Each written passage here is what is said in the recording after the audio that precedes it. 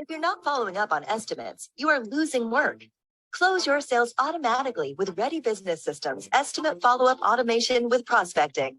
Replace your office staff with this tireless, reliable employee who will relentlessly follow up on set estimates until they are won or lost. With the simple click of a link, it offers clients a 10-day, 30-day, or spring follow-up if they have not yet made a decision. Put your customer service on cruise control with Ready Business Systems Customer Service Automation. This automation will email surveys after the completion of work, ask happy customers to write an online review, and alert managers about bad feedback. It will check in with clients monthly via email or text. Regular automated customer touchpoints will simultaneously improve your customer service while providing upsell opportunities throughout the year. Watch the sales roll in and your customers smile.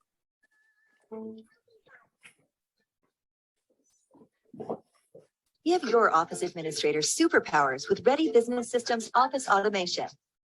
This automation will virtually eliminate and by aggressively pursuing customers' expired cards and failed charges via text, email, and phone calls. With the RBS 5-day sales process, new leads will be kept on their toes while waiting for their estimate with follow-up texts, sales emails, a sales letter, and a customized sales video until their proposal is sent. When it's time to grow, Ready Business Systems Marketing Automation will bring you the applicants and work to power ahead. This powerful automation will handle your digital, telephone, and direct mail marketing needs with 6 marketing themes throughout the year. During each theme, it will market to your existing database using a customized monthly newsletter, voicemail bomb, customized postcard, and many other proven marketing tasks aimed to acquire new leads from proven online and offline sources. Never worry about being short of employees again with Ready Business Systems Recruiting Automation. At 6 strategic times of the year, before you can finish saying, "We don't have enough help," a flood of pre-screened applicants will fill your inbox, text messages, and voicemail looking for a career. By staying in constant contact with your applicants through a series of automated emails, voicemail bombs, and postcards, applicants will always be at your fingertips when you need them.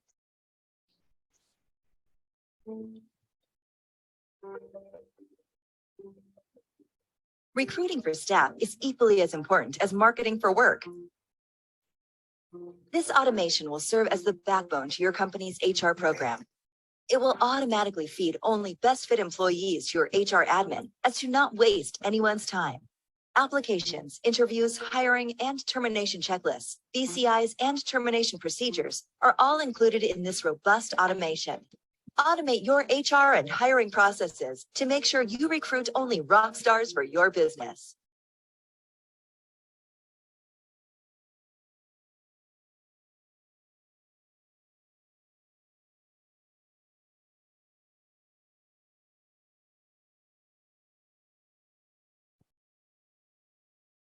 All right. Hello, everybody. Let me give me a second here. Turn my video on. You can see my messy hair today. Yeah. Good morning. Hello, everybody. I was getting a cup of coffee and getting ready, but we'll get started now because the automations will go through. It'll probably take us. Yeah, good job chatting. Say hi, everybody. If you want to chat, feel free. A little bit of housekeeping stuff we'll go through at the beginning. There's probably questions if they come up. I have found that the chat pops up in my little window pretty easily. So if you got a question, you want to start that, just kind of say, "Hey, I have a question," or type it in there, or just unmute and get my attention and yeah, and just say, "Hey, I got a question real quick." I don't expect this to be a packed house by any means. So like when I say that, I don't mean like there's not going to be like 100 people. And if everybody starts asking questions, it gets distracting. If there's 1 or 2 questions here or there along the way, it's easy enough to stop. I got the outline here. So just to give you a general idea of what I'm planning to cover in these 2 hours. That way, if the question is related to something that's going to be covered pretty soon, then maybe we could hold off and wait and see. But if you have a question, write it down, type it in the chat, and we'll cover it as soon as we can. The other thing is too, inside the Zoom window, there is a reactions area. So if I ask questions, thumbs up, thumbs down, that kind of thing. Yes, no, say, answer me. It'd be nice. Sometimes I'm just asking if people have, can see things that I'm showing, or if it makes sense. If there's any questions, stuff like that, you can respond that way. I can see that pretty quickly from my screen. And it also, yeah, there you go. You could say yes. And you could, it just helps me have some interaction. That way, if no one's got their camera on or no one's got their thing unmuted and things like that, then I could still get some feedback, and I know I'm on the right track when I'm asking questions and doing things. I think that's it for housekeeping wise, other than, if you have to leave or come back or whatever, if you come back in, just make sure you're muted. You're free to, say hi anytime, share your screen if you want, or share your video or anything if you want. I'm going to preface this also by saying this is literally 101. This is the basics of automations. So we're not planning to go through into super in-depth how to build out custom automations. We'll go through some ideas of how we can use them. I got a list of all the RBS ones that we have that we could use as an example, or kind of a, this is the ones we've come up with. It's not by any means an exhaustive list of the only things you can do with automations. There's tons of stuff. There's people in all the Facebook groups. There's different places where you could get ideas for how to automate things. And so maybe this just sparks some ideas, or get some folks some ideas for what they want to do as far as building out automations in their system.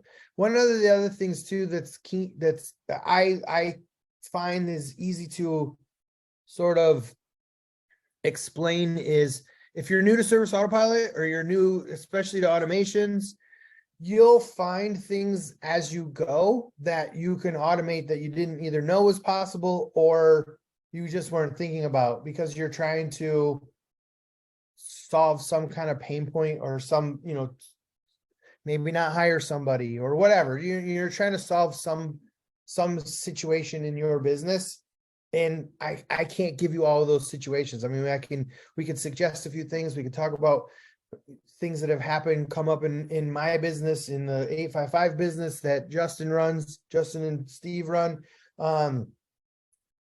I could help explain some ideas that we've had, from other Service Autopilot users over the years. But nothing's going to replace your actual experience in your business, and then seeing how you can, find out what kind of steps. If you don't already have automations and you're not on our Pro Plus subscription, RBS can help with that upgrade process. There used to be an upgrade fee. I don't always know, even when I worked there, I didn't always know what the sales team and the customer success team and the account managers and everybody, all the pieces that started touching people's accounts. I don't know what they were charging to upgrade to Pro Plus, but you will need a Pro Plus subscription to use automations and Service Autopilot. So if you don't have that, it's not a big deal. You could still see what we're going through. I have a test account that has it. I have access to different accounts that I could show you where automations are working and running. But you can't do automations without a Pro Plus account. So if you want to, or you need help upgrading, Service Autopilot absolutely will help you with that. But Ready Business Systems can, we can help with upgrading your account as well. So if you're already an existing client, probably already have automations, because that's typically what we engage our customers for. But if you're not and you need help with it, then you can give us a call. I'll give the link out, but I think I put it in all the emails. You could schedule a call with Steve. He's our sales and marketing guy. He does implementation and works with clients and stuff too, but he handles like a lot of our sales and question calls and things like that. So schedule a call with Steve or click on the buttons at the bottom of one of our emails. I've sent out 1,000 of them. I'm sure you're probably sick of seeing our emails about these classes, but if you need our number or want to talk to us about it and you're not already on Pro Plus, just let me know. So I guess the way I plan to start this was to talk about a little bit about what you can do with automations or what automations really can do for you. Some of the basic ones, I just listed them here and I'll show you our list here in a second, but some of the basic things that people almost always start out with is invoice and estimate follow-ups. A lot of the automations revolve around communication either internally, but mostly to your customers. So let's say you send out an invoice and you want to follow up on that invoice. You could set up an automation that does it automatically so that you don't have to remember to call them or send them a text message or shoot them an email asking them, if they've made a decision yet.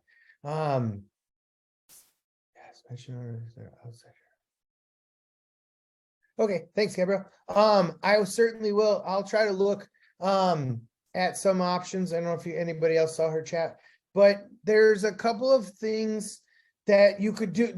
You could do that very easily. Kind of getting back to what I was saying, the invoice estimate follow-ups, stuff like that. Those are pretty straightforward. They're pretty easy to set up. We have all of that. There's some Service Autopilot has some of it. People have built their own. They're pretty straight. Like you can make them as elaborate as you want or as simple as you want. Appointment reminders. So you can send out, there are some triggers here, and I'll caution you by saying we'll talk about this when we get to the adding the events part, but there are some triggers that you can set that can send reminders to your customers when they have appointments. The ones that trigger it mostly that can do it a certain number of days before is right now is only a job dispatched date, and then but we'll get into that. So you could set appointment reminders, but you could also use that for internally too. So if your team has tasks that they have to be doing, calendar events, things like that, ticket calendar events, you can set reminders so that they can get notified and know that they have things coming up. Upsells by month and season, that's probably one of the most useful thing. And this is where I would say, Gabrielle, that I've seen the most creative things is upsells and by season, especially. I got a buddy that has a company in Alabama, and he was sitting, I think we were on the phone one day talking, and he was like, man, I've gotten like 10 calls today for mulch. And then it dawned on him, he had created automation late in the fall or for mulching in the spring. He didn't even remember what was going out. And so an email had got sent out to all of his clients about mulch in the spring. But that's the one thing you set it and forget it. And then all of a sudden the estimate requests start flying in. Credit card failures, that's a huge one. If you go to charge cards and they're declined, you can have that trigger an email and a text sequence that says, hey, your card was declined. Here's the link to our form. Please update your credit card. So you don't have to mess with any of that stuff. Automation can save you time and money. It can literally replace an office, a person in your office who might be just spending time. If you get a ton of credit card failures, the automation could replace somebody from making phone calls and having to go through it. So I'm not going to go through all of these, but here's a list. And if you want this, I could post I don't know if I can post. I almost said I could. Let me see if I can.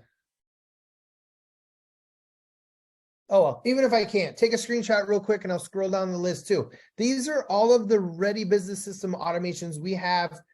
They're all available in the marketplace. If you're an existing customer, you have access to any of them. We can load them into your client account and start working on them. If you're not already a customer, which is fine too, we do sell them individually. I'm going to be totally honest with you. I don't know the exact price of all of them. I don't know what each of them are. Some of them I know we're bundled into parts and different pieces, but these are the ones that we have currently right now. And this is a list of all of them and what they do. So if you want, take a quick screenshot of my screen share, and then I'll scroll down and I'll take the bottom half. But some of them, like phone tag no more. You can follow up on phone calls via SMS tickets. Similar sequence located inside of our manager automation. You could do an upsell automation where if your field staff sees an opportunity for an upsell, like maybe they're out cutting the grass and they notice compaction, you could upsell a aeration, or the flower beds are overgrown and full of weeds. You can have them fill out a form that then triggers an automation that goes through a whole sequence of things. The other half down here, shut down winter and startup. So you could send out automated messages at the beginning of each season. You prep it, and then you send out all the stuff, employee automations, hiring and firing, termination automations, completed work. So when work gets done, you can send out a communication.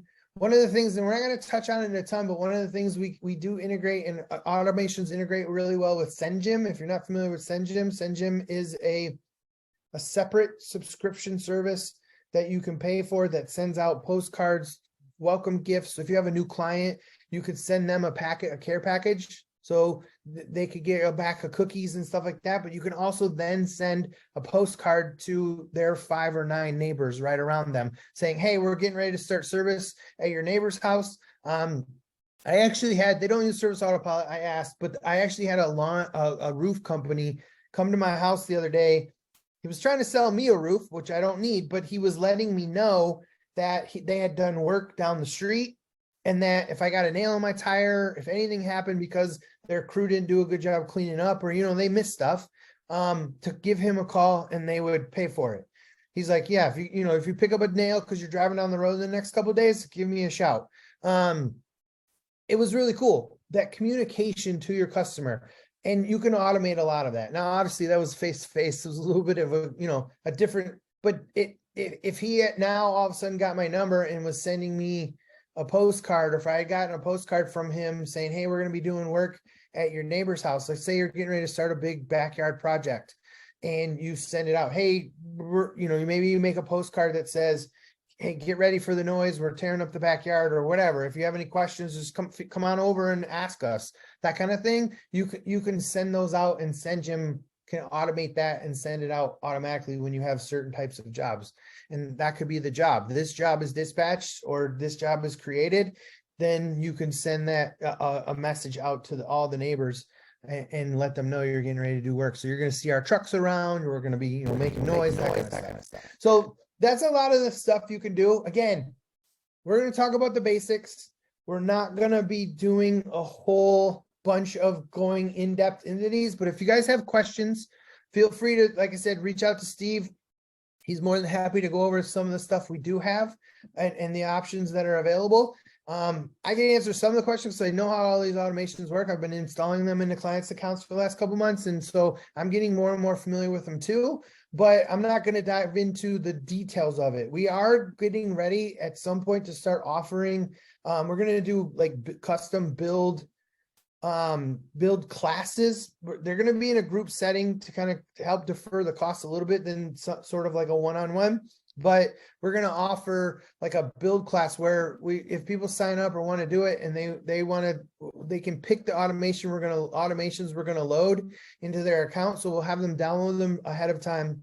And then when we get to the class, we'll go through and help set up all of the things. So be on the lookout for that. We're going to send out, I don't know if we're going to do postcards. We're for sure going to send out emails and things like that for custom build plans coming up. So if you aren't on a build, our monthly subscription build plans, then we're going to do some one-off stuff. And I think the thing that sets, I know Ready Business Systems apart from some of the other people that do automation stuff and Service Autopilot with Service Autopilot and things like that, is anything that we do, you guys own. We don't put it in private mode. We don't block it. We don't turn it off so you can't see it. So you can go in and edit it. You can make changes. You don't have to call us for every single thing. You certainly can if you're a regular customer, or even not, but you don't have to constantly call us to do stuff. If you want to go in and change the picture on one of your documents, then you're free to do that, because we don't block anything or make it unavailable to you.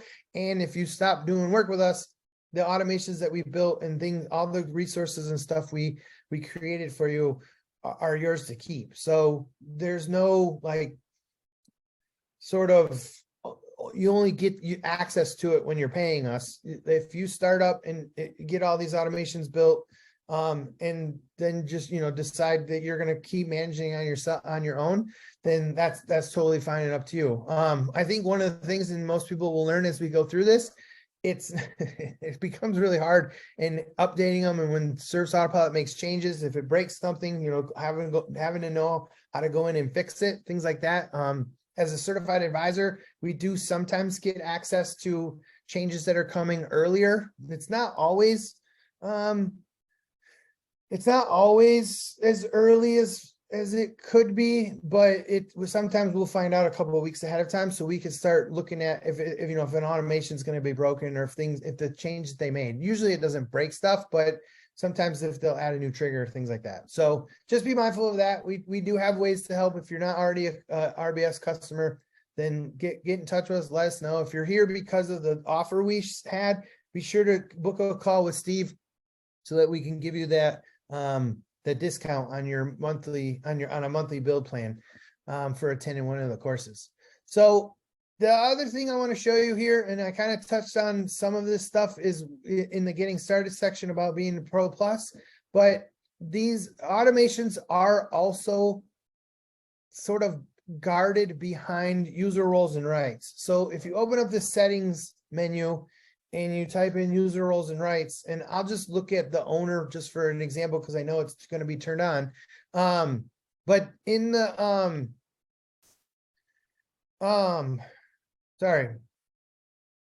in the CRM tab of the roles and rights, there's an automations access section. Not everybody in your whole company might need to have all of these turned on, but they did a really good job of giving different layers. So there's create, modify an automation, view an automation, stop an automation, view automation tags, and add automation tags. So these are the options you have for allowing access to your team for automations. Now, I will say that in some of these instances, you might need other things on, like tags and forms and documents and stuff, things that could be part of an automation, tickets, because if some things turn on and turn off, then you might not be able to see, you'll be able to see it, but you might not have access to, someone in your company might not have access. So if somebody's trying to do something in an automation and they can't, a good place to come and check is their roles and rights. They might not have tickets turned on or something, and that's what they're trying to preview is a ticket event that's happening inside the automation. I can't say for every example. If you have something specific or have a question, be sure to ask and I'll try to help. But Service Autopilot support, they can always help too. Obviously, if there's something that's, about their system, they should be able to help. But check here first. If there's something they're not seeing and you want them to see, it's probably a role and right in the system. So those need to be on. Probably for owners and people editing automations, I would just have everything turned on. The next thing is tags. So if you have tags in your system, I'm just going to show this really quickly. There's a section in it when you add a new tag, it's going to ask, is it an automation tag? And that needs to be checked. You can go in and edit, like some of these that aren't in here. You can come in and change them into automation tags or add them, but those need to be set as automation tags in order for them to be options for starting triggers, starting automations. So just be mindful of that you need tags turned on. Some of the other things that are going to come up are email links, and I'm not covering all of these super in depth, but email links there are ways to, and there's none in this test account. So there's ways to create, you can add a new email link, you can give it a link name, a link text, a redirect URL, but you could have it create tags and add tags when links are clicked inside of a message. One of our estimate, our upsell automations works with a ton of email links. So if the field tech clicks a button saying, adds a field to the form that says they need aeration, that email gets sent to the customer and says, hey, we noticed there was possibility of compaction in your yard. Would you like an estimate for aeration? And there's there's a email link down there, or you can put it in a button that says, click here if you want an estimate. Well, that triggers the next step in an automation because it added a tag to the account and it fires along. So you need to know about email links and tags because those are pretty essential parts of the process when it comes to actual automations. I'm going to move my little outline over to the side, but have it up here so I can stay on task. I sometimes get off track. Okay, so email links and tags, you got to know about those and be utilizing those. Then you find automations under marketing automations. And again, if you're not seeing those, you probably need to change your user roles and rights and then refresh your screen. On a Mac, that's Command R. On a PC, it's Control F5.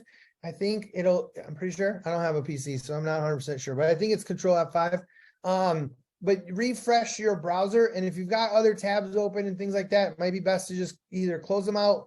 You can log out and log back in. That'll do the same thing. But if you're already in it, you can hit Command R or Control F5 and it'll refresh your tabs without having to clear cache and all that kind of stuff and make a big mess, but you can refresh your browser and then you should see it. So if you go to marketing and then automations, this is where you're going to find your list of automations.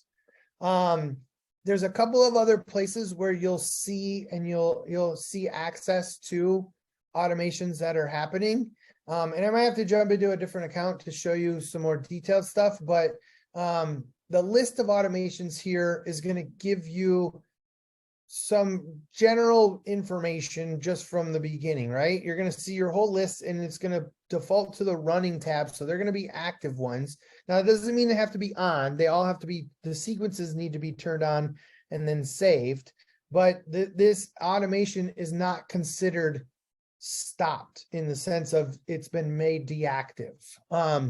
So in theory, there could be running. Now, if there was anything scheduled to be sent already, then you would see that here and you could click on it and I'll get into where that goes, but it shows the pipeline if you click on that. But it also tells you it's active. If you click the stopped, it's going to show it's inactive, and these have been made inactive by selecting one of them or more of them from the box and going to the actions and then hitting stop automations, and it'll stop all of it immediately and put it in the inactive tab. So if you ever had an instance where things are firing and happening and you don't know why and you need to stop it, in theory, you could come and stop them all really quickly.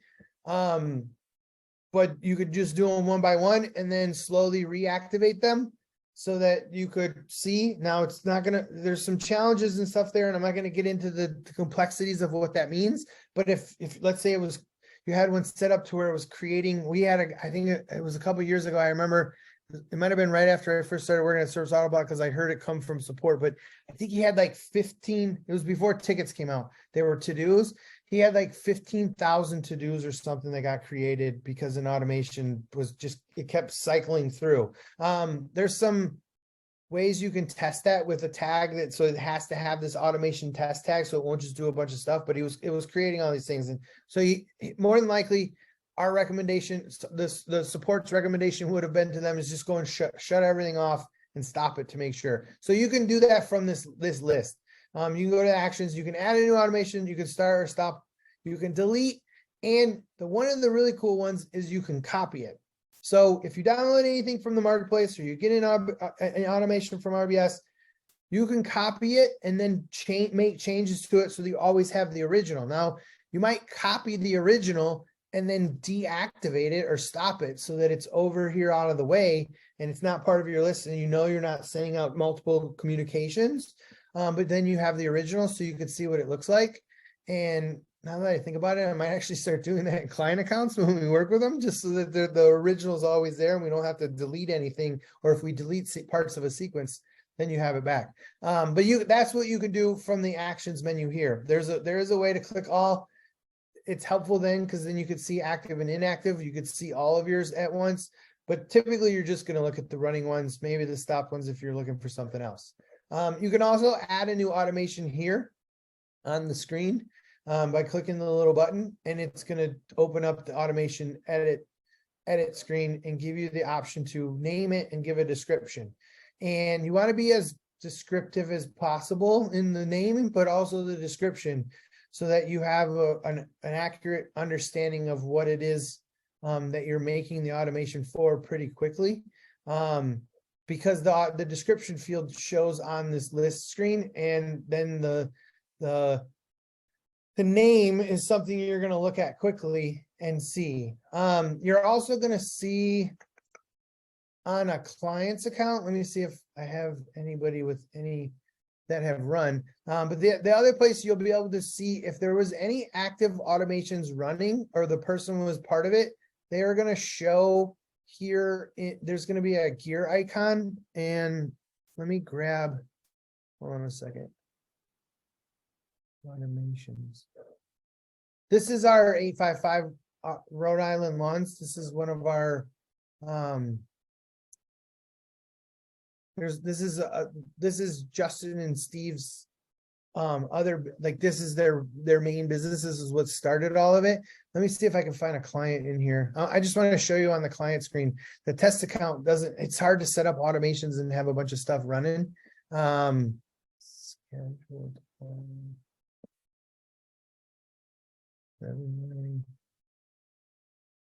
Sorry, I'm gonna find one here. Customer service automation.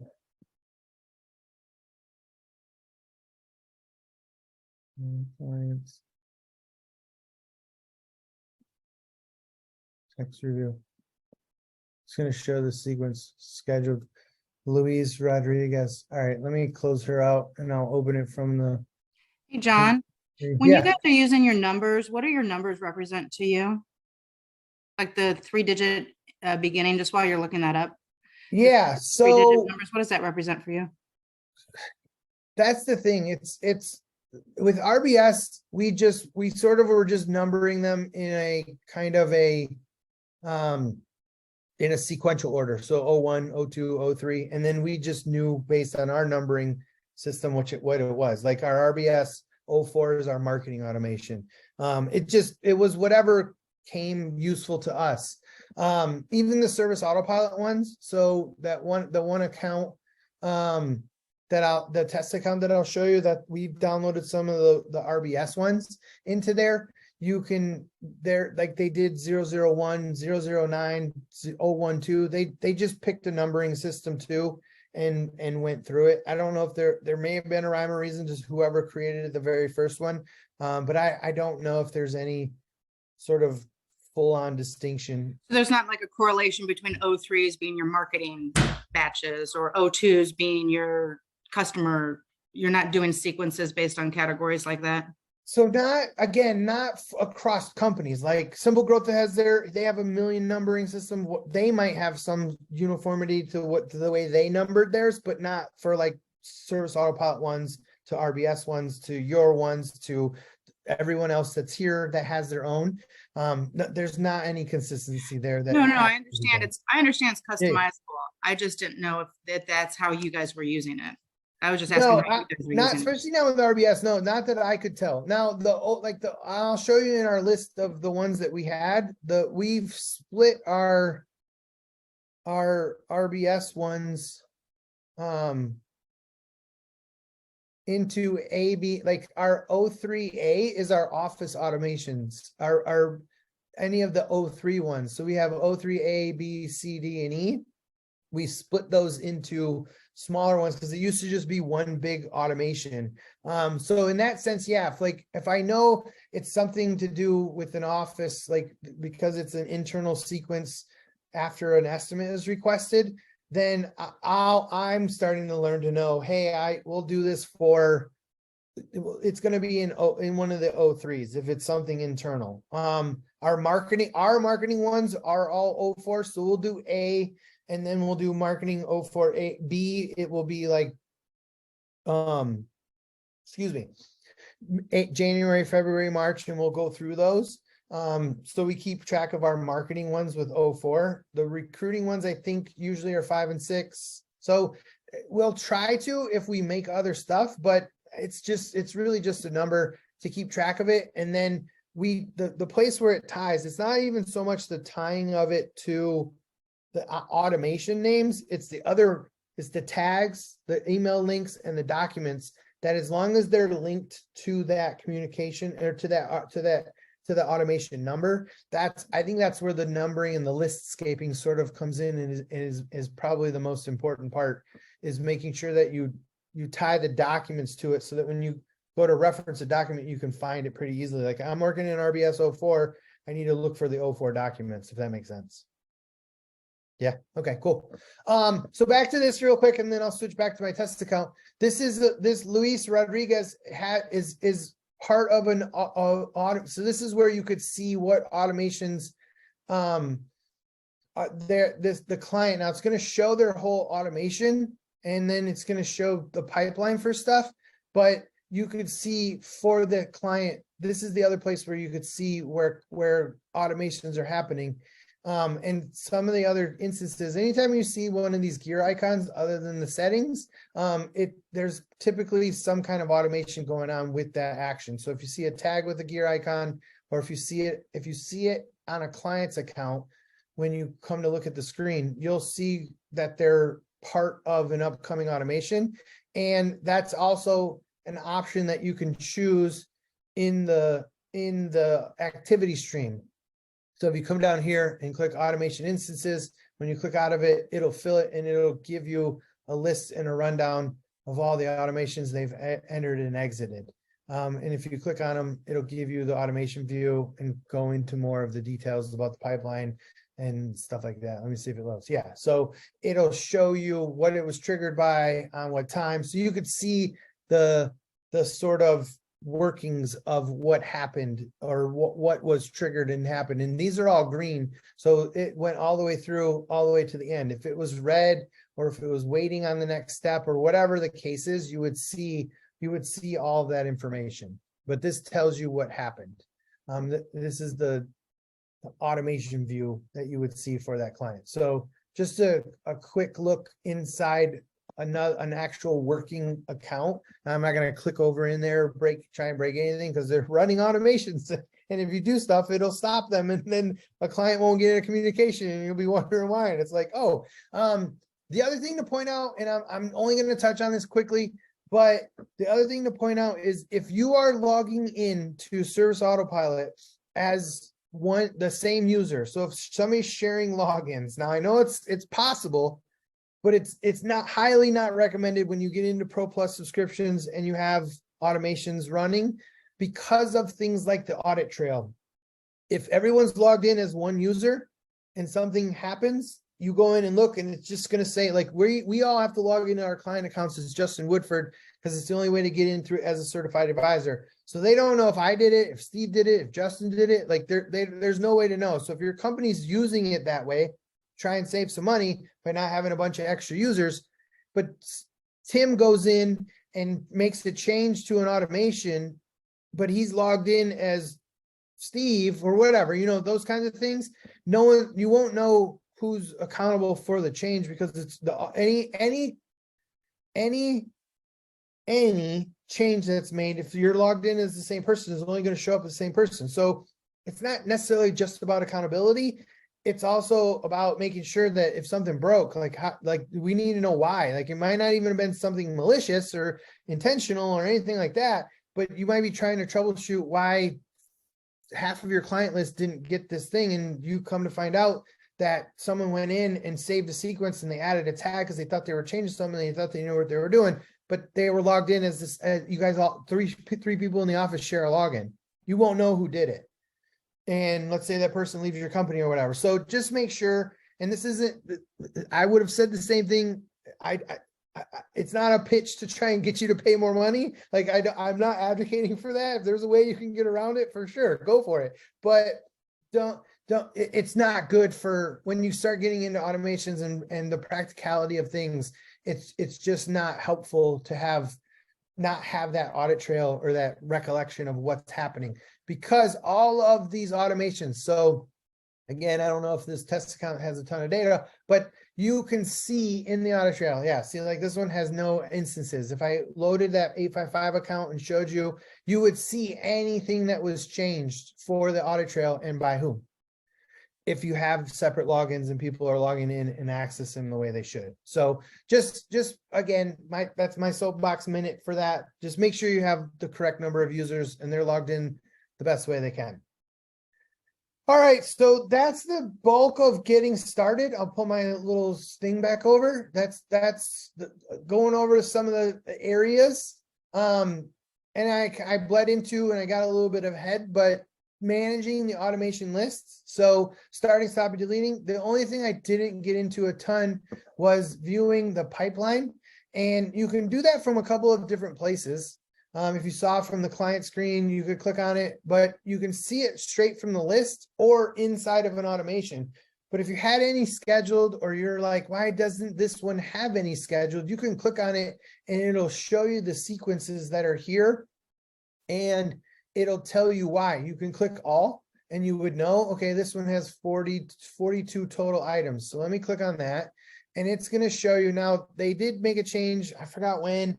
But the automation sequence list, when you click that, it is now only a V3 screen. So if you're confused about why that comes across, but this will tell you what the status of the sequence is. So these showed all completed, and some of these accounts weren't real accounts, or we didn't have names for them, but they were, a lead was created because an automation was set, and this would tell you why.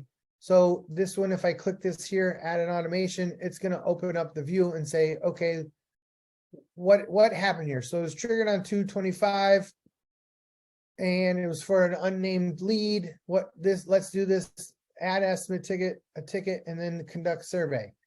So you can dig down into what's happening with the automations straight from the automation list by clicking into the pipeline and the different parts. So if you wanted to see why people were stopped or blocked, if it was completed, if it's scheduled now, you could see that upcoming and know that things are coming and happening from the pipeline. Don, where did you click on that again to open that box? Oh, over here on the number scheduled, this just sort of gives you a quick link to the pipeline. But you can also get to that inside the actual automation itself. But yeah, right here on the number scheduled, you can hover over it and click on it and that'll pop it up. Okay, so we'll dive into the creating and editing, because adding the sequences and the events is what the biggest bulk of what we're going to cover, because all the different events and what can happen with them, the if then statements, all the different event types. I was going to put them in my outline, but there's like 15 of them, and so just made the outline really long. And I'm like, if we're just going to go through all of them, we're just going to open it up and talk about them. So we'll just start looking. I already clicked the button once, but we're going to just add a new automation, and so we'll call it that. So maybe we'll just name it, in this case, 00 new automation. And we'll just call it testing a new automation. I can't ever spell when I'm typing on front. So you could put, like I mentioned before, put whatever you want into the description. One thing to note, and this is in all of Service Autopilot, but the numbering, if you're going to use numbers, use as many out, even if it's zeros at the beginning, use a couple of out. If you think you're going to have 100 automations, then number your 01 as 001 or 002. And that's partly because of the way they sort lists in Service Autopilot. It's not right. But if you have 1 and then 2 and 3 and 4, but then you have 11, 12, 13, 14, and you get up to 100, at some spots, that was like 1 is going to, the 2 is going to show up before 20, and sometimes it gets weird if you don't have the zeros in front of it. So that's why, and I don't know if this is exactly what you were asking Gabrielle that talked about it, but that's why, like when you see any of the ones you can download from Service Autopilot or anywhere else, but that's why it has like 007, the 2 zeros are there so that it 007 shows before 017. Otherwise, the numbering system sometimes acts weird. Now, it's not in every single list, but some of the documents and tags and stuff like that, like some of those, it just looks at the number and thinks that's the only number. And so the numbering gets weird. So if you have to have, if you're gonna have 1,000 of things, then have 3 zeros in front of the one. But anything you put 00 or 000 or 0, they're gonna come up near the top of the list and then start to go from there. So just give it a name and a description. The beauty of all of this is it's never that if you need to change it later, like if you start out building an automation, but it turns into something else. Up here at the top where it says 00 new automation, when you click on it, it's going to pull that back up and you can change it. So if you start out with an easy description, but you want to add to it later, it's not locked. So you can change it. You can change the name, you can change the number, you can change anything you want, and it'll resave itself in that sort of list. The other thing you're going to want to do almost all the time is save. So I almost always recommend as soon as you build the automation and put the name in there, save it. Because if you notice, before I click save, some of these other options and things weren't here. But if I had done any work to this and added things to it and left this screen, and Service Autopilot let me without it saying, hey, don't leave the screen without saving or do anything, which it does a ton. So like a client calls and you move to the quick add and open a new client screen or whatever, and you leave the screen and come back, none of your work is saved. It's the same as document. But when we went through this last week with the document editor, do not leave an automation without saving it, or none of your work will be done. If you turned on something, if you did anything and don't save it, it doesn't save. So you have to remember all the time, if you're building out this really long sequence and you're halfway through it, even if you don't think you're ever going to need to make a change to it later, save it. Or even if you're working on in the middle of it, save it. I can't beat this into people's heads enough. I have worked on a client's account for 2+ hours before, and I shouldn't be admitting this, I'm sure, and I left the screen and logged out and came back and nothing was there. All the work I had done for 2 hours was gone because I didn't hit save. So make sure you save it. Once you save it and you create it, then you have some options up here at the top that you can see. This is the view audit trail, which I showed you before, which again, I'm not sure why the other one that we looked at didn't have at least saying that it was created by someone, which is super odd, but it should at least start with that. And then it goes through and it'll show you whatever changes were made to the automation. And so as we build this, I'll click on these a couple more times and you'll see what stuff got added and changed. Now, again, all of that is predicated on it being saved for that to happen. If I add a bunch of sequences and delete them, it's not going to keep track of all the working stuff that you've done. But if it's been saved and edited, things like that. There's a button here for approve emails. So if you have an email approval, and we'll get into that when we add the email event to it, but you can make it so that the email needs to be approved. You can bulk approve them. So if you have a bunch, but you can make it so that you have to approve the email before it actually sends. Sometimes it's sort of good if you're testing it or you're not sure that the email is correct, but it sort of defeats the purpose of an automation that should be running in the background without you thinking about it. If you have to come in and approve them all, it's almost kind of like, why wouldn't I just send them the email myself? So use this sparingly, but you can come in and bulk approve them.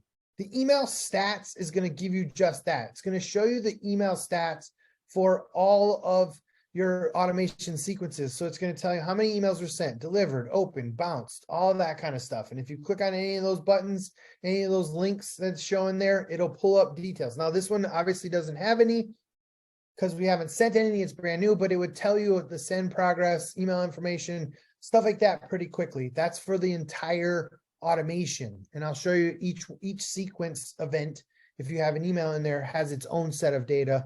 So you can see that separately. Email sets. Then you can see that same pipeline view from inside just this one automation.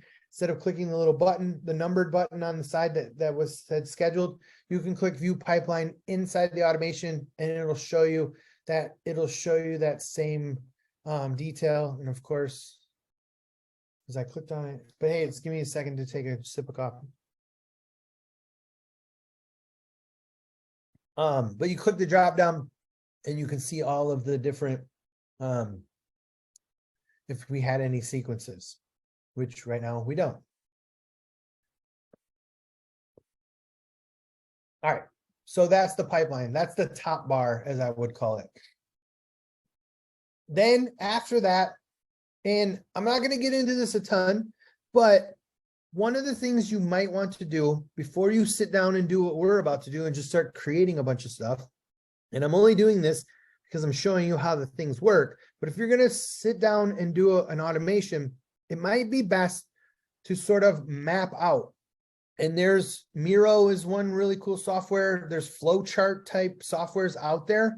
But you could put the goal at the top and then start from there, building out branches and sort of a flow chart of what do I need this thing to do. So for instance, if you're saying, hey, I want to send, after I send an estimate to a customer, I want to follow up with them after 3 days and see what their interest is. If they say they're still waiting, I want to do this one task, then I want to do this.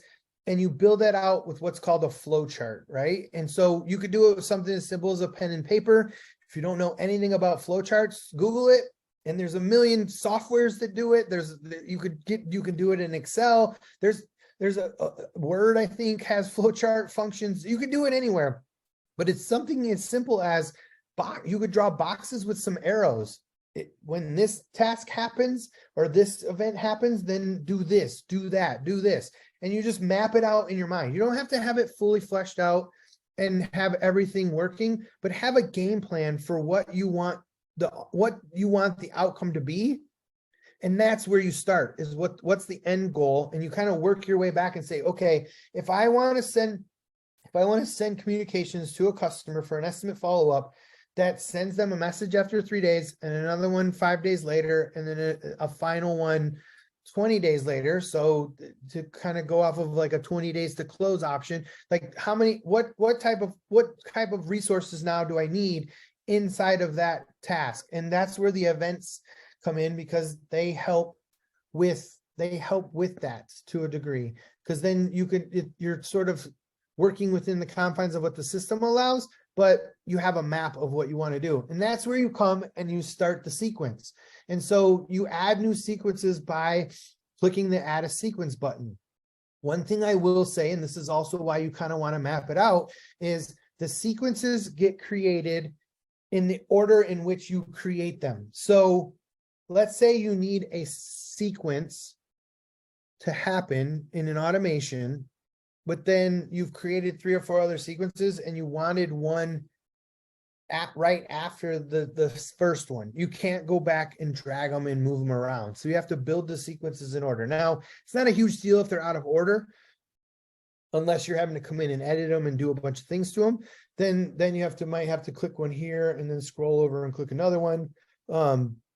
We have some automations that have like 15, 20 sequences. They just keep getting added to. At some point, it's probably, my recommendation would be to either start splitting them off or into separate automations so that you can manage them a little bit easier, or just be really good at naming and describing what the sequence is.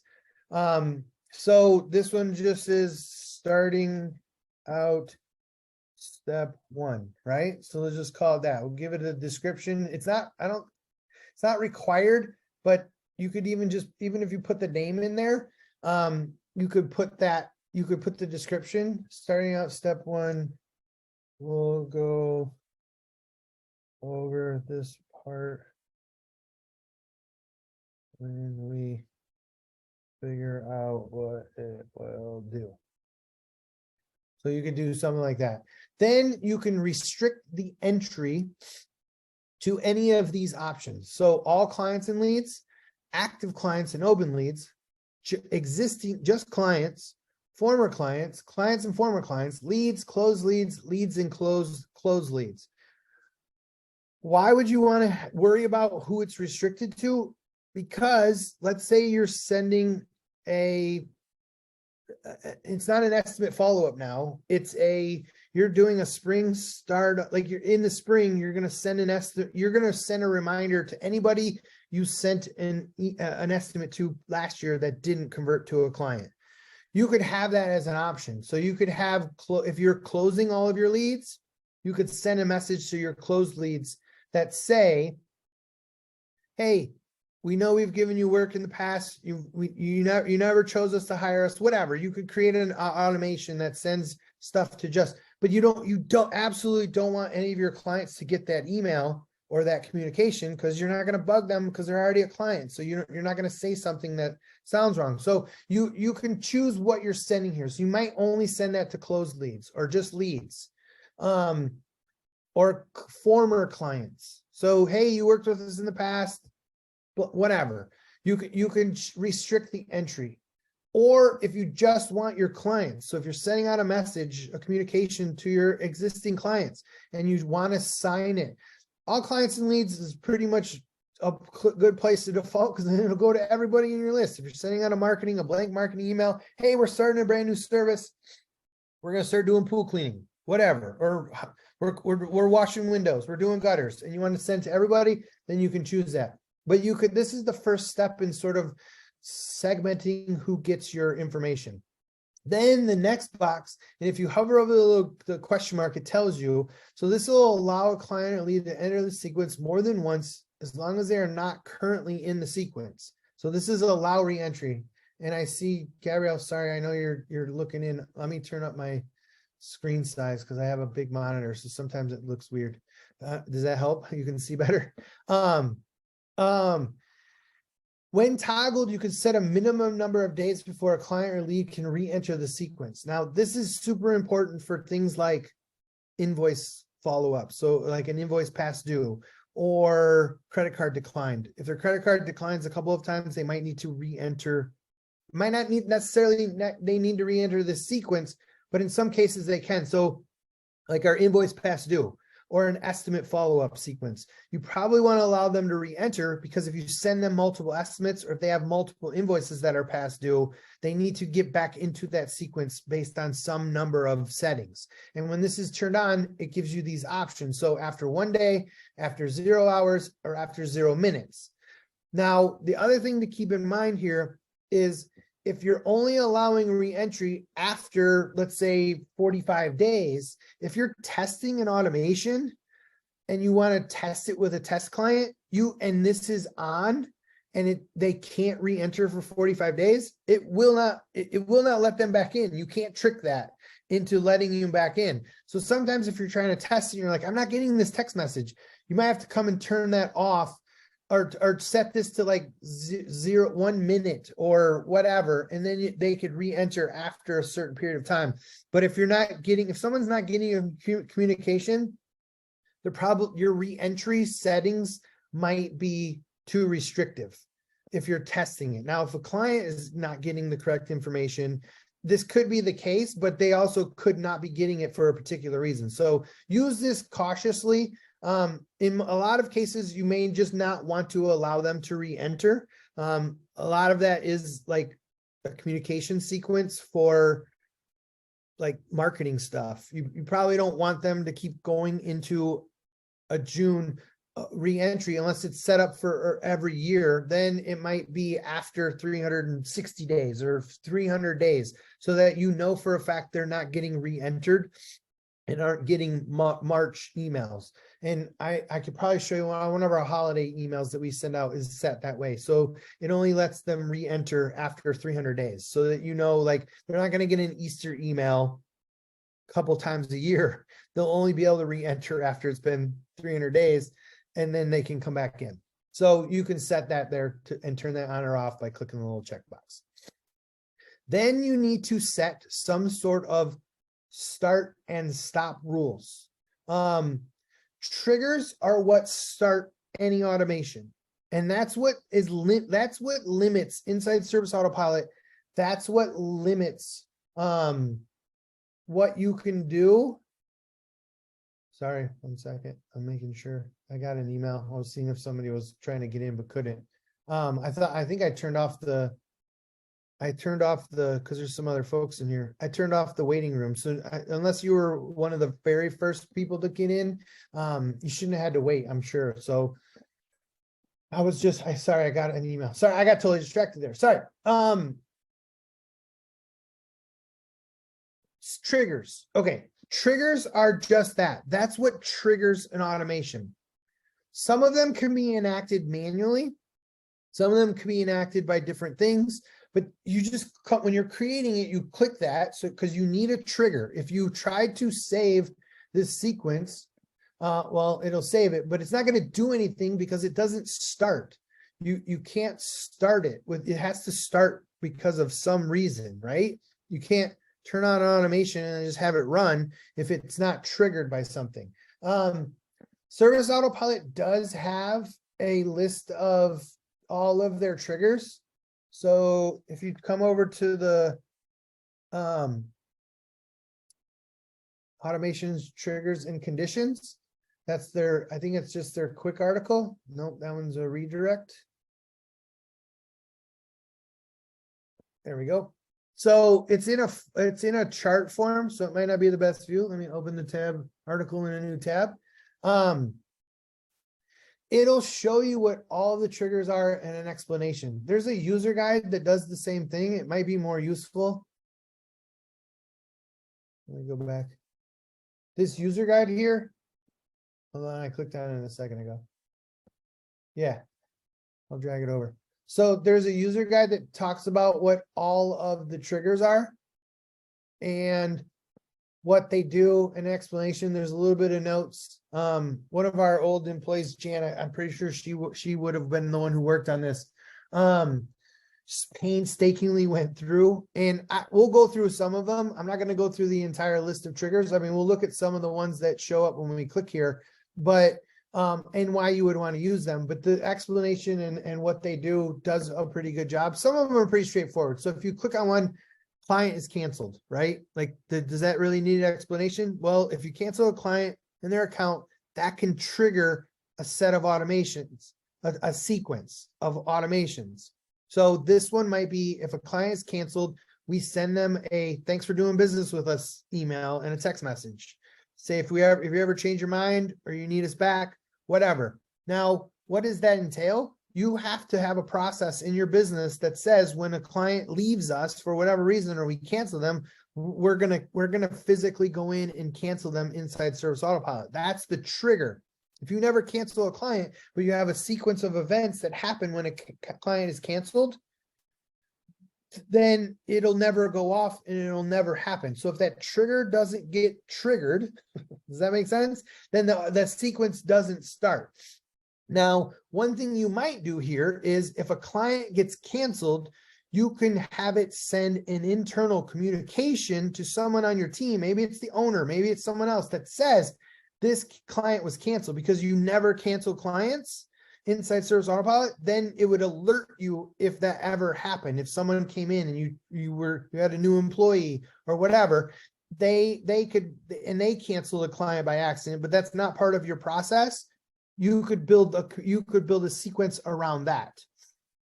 Not saying that you need to or that you want to, but you can do that. Now, one thing to be careful of is it will let you stack ORs or sequences. So if this trigger happens, or this trigger happens, or that trigger happens, and you can keep adding those. The one thing I'll caution you here, and I'm definitely not an expert when it comes to adding a ton of these and why you would. My thinking and the way I've thought about it was, if you're going to have that many triggers, you might just want to create it as its own separate sequence. So if this happens, this set of things happens, not if this or that happens. So if you're having multiple triggers that start the same sequence of events, then it's not going to happen that often where you're going to have 15 different triggers that are all or. So if one of these things happens, do this. You could, but it's probably not going to happen very often because client canceled is so different than client was created. So if the client's canceled and the client's created, you're not going to want that trigger to start a series of events, because if either one of those happen, you might have one thing happen if it goes, if this happens, and another thing if that happens. And that's why when you use a flow chart and you start at the outcome and you work your way back to what needs to happen in order for this outcome to happen, then you have a better understanding of what you need to do as far as how to start the sequence. So Service Autopilot, to be honest, is given, I mean, this is the full list of things that can trigger an automation. And again, there's a whole list, and we're not going to go through every single one of them, but there's these ones, and they have them broken down. There's clients and leads. So if anything happens with these clients, so credit card charge failed, credit card was updated, credit card is about to expire, client was reactivated, any of these client and lead ones, if those things happen inside the system, then it'll start a sequence of events, which you then add events after this. The date one, this is where you can set things to happen, run on client since date. So if you were sending out like an anniversary email to them, you could use client since date, run on custom field date. So if you have a custom field that has a date type, you can run it on that date. That becomes a little bit limiting because then you have to have that custom field and a date for every single person. But let's say you had wife's or anniversary or wife's birthday, or you had some custom field that you stored that you wanted to run an automation on. Maybe it's you send them a gift card for 50 bucks or something on their anniversary date, their client since date, or a specific date. You can run on date. That's what we use for our marketing communications for holidays. So holidays, that 4th of July is an easy one to run on date, and you set that to July 4th, and it'll run on July 4th every year, right? So if you know the exact date you want something to run. Now, I will say the run on date can be set, but then, or added, but then you can come in and add the date later. So if you know it needs to run on a particular day, you don't have to set it immediately, but in order to turn it on for it to run, you have to come in and have it set to that. Based on what you choose, you'll see other options. Run on date gives you a date. If you click client was created, it's not going to give you a secondary option. You'll have a condition, which we'll get to in a minute. But there's different dates. Run on day of week. So every Monday you can run this task. One of the ones we use in our RBS office automation is Monday tasks. So if you want to create a ticket every Monday for someone to go and check timesheets from the week before, you can do that because it runs on every Monday, and you could select Monday, Tuesday, Wednesday, Thursday, Friday, whatever days you want based on run on day of the week. The last one here is run on time range. And so you can say from noon to 2, you can set that. Estimate, you can say, you can trigger when an estimate was created, when the status was changed to lost, sent, or won.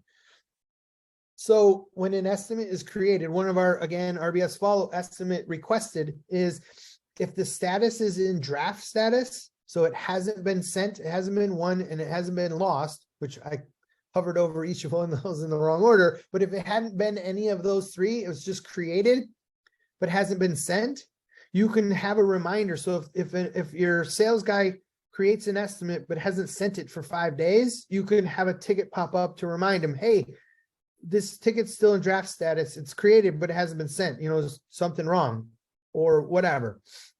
You can trigger a series of automation of events from that. If a form was submitted, so if you have like your estimate request form, if you have any form that was submitted, it could trigger a series of events, and it doesn't have to be tied, you know, inside the form, you can create a bunch of tags and trigger other things, but even if just the form gets submitted, you can have it start some process. If an invoice is past due, if it was created, or if it was paid. Yeah, Kebra. Can it, on the form aspect, does it have to within that form, can it create a trigger from a certain field in the form being selected? Doesn't have to just be that specific umbrella form was used. We can be more specific in the form, correct? Absolutely, Okay. yeah. Okay, And the way you would do that is you'd create a rule in the form that says when this option selected, it adds this tag, and then the tag is what triggers the series of automations. Okay, thank you. Yep, but absolutely. Yep, that's a great question. These are just the base triggers. And so within those, the tag one overwhelmingly is the most used one, because when a tag is added, you can do a lot of things and you can add tags from 1,000 different places. Invoices paid, created, and due date. So if an invoice is created, you can have them send an invoice email now. That was a new one. It used to be before it was paid or past due, but created comes through. Job, if a job was canceled, created, package was created. And when it says created, that's key, because one of our automations is, hey, we saw you accept your estimate. The job was added to your account. We'll send another text when we actually dispatch and know what day we're doing the work. So let's say they're on your waiting list for like a mulch job or a window cleaning or whatever. You can tell them, hey, we've got you in here. We're ready to schedule it. We'll send you another communication when we actually have a date or a date range of when we're going to do your work.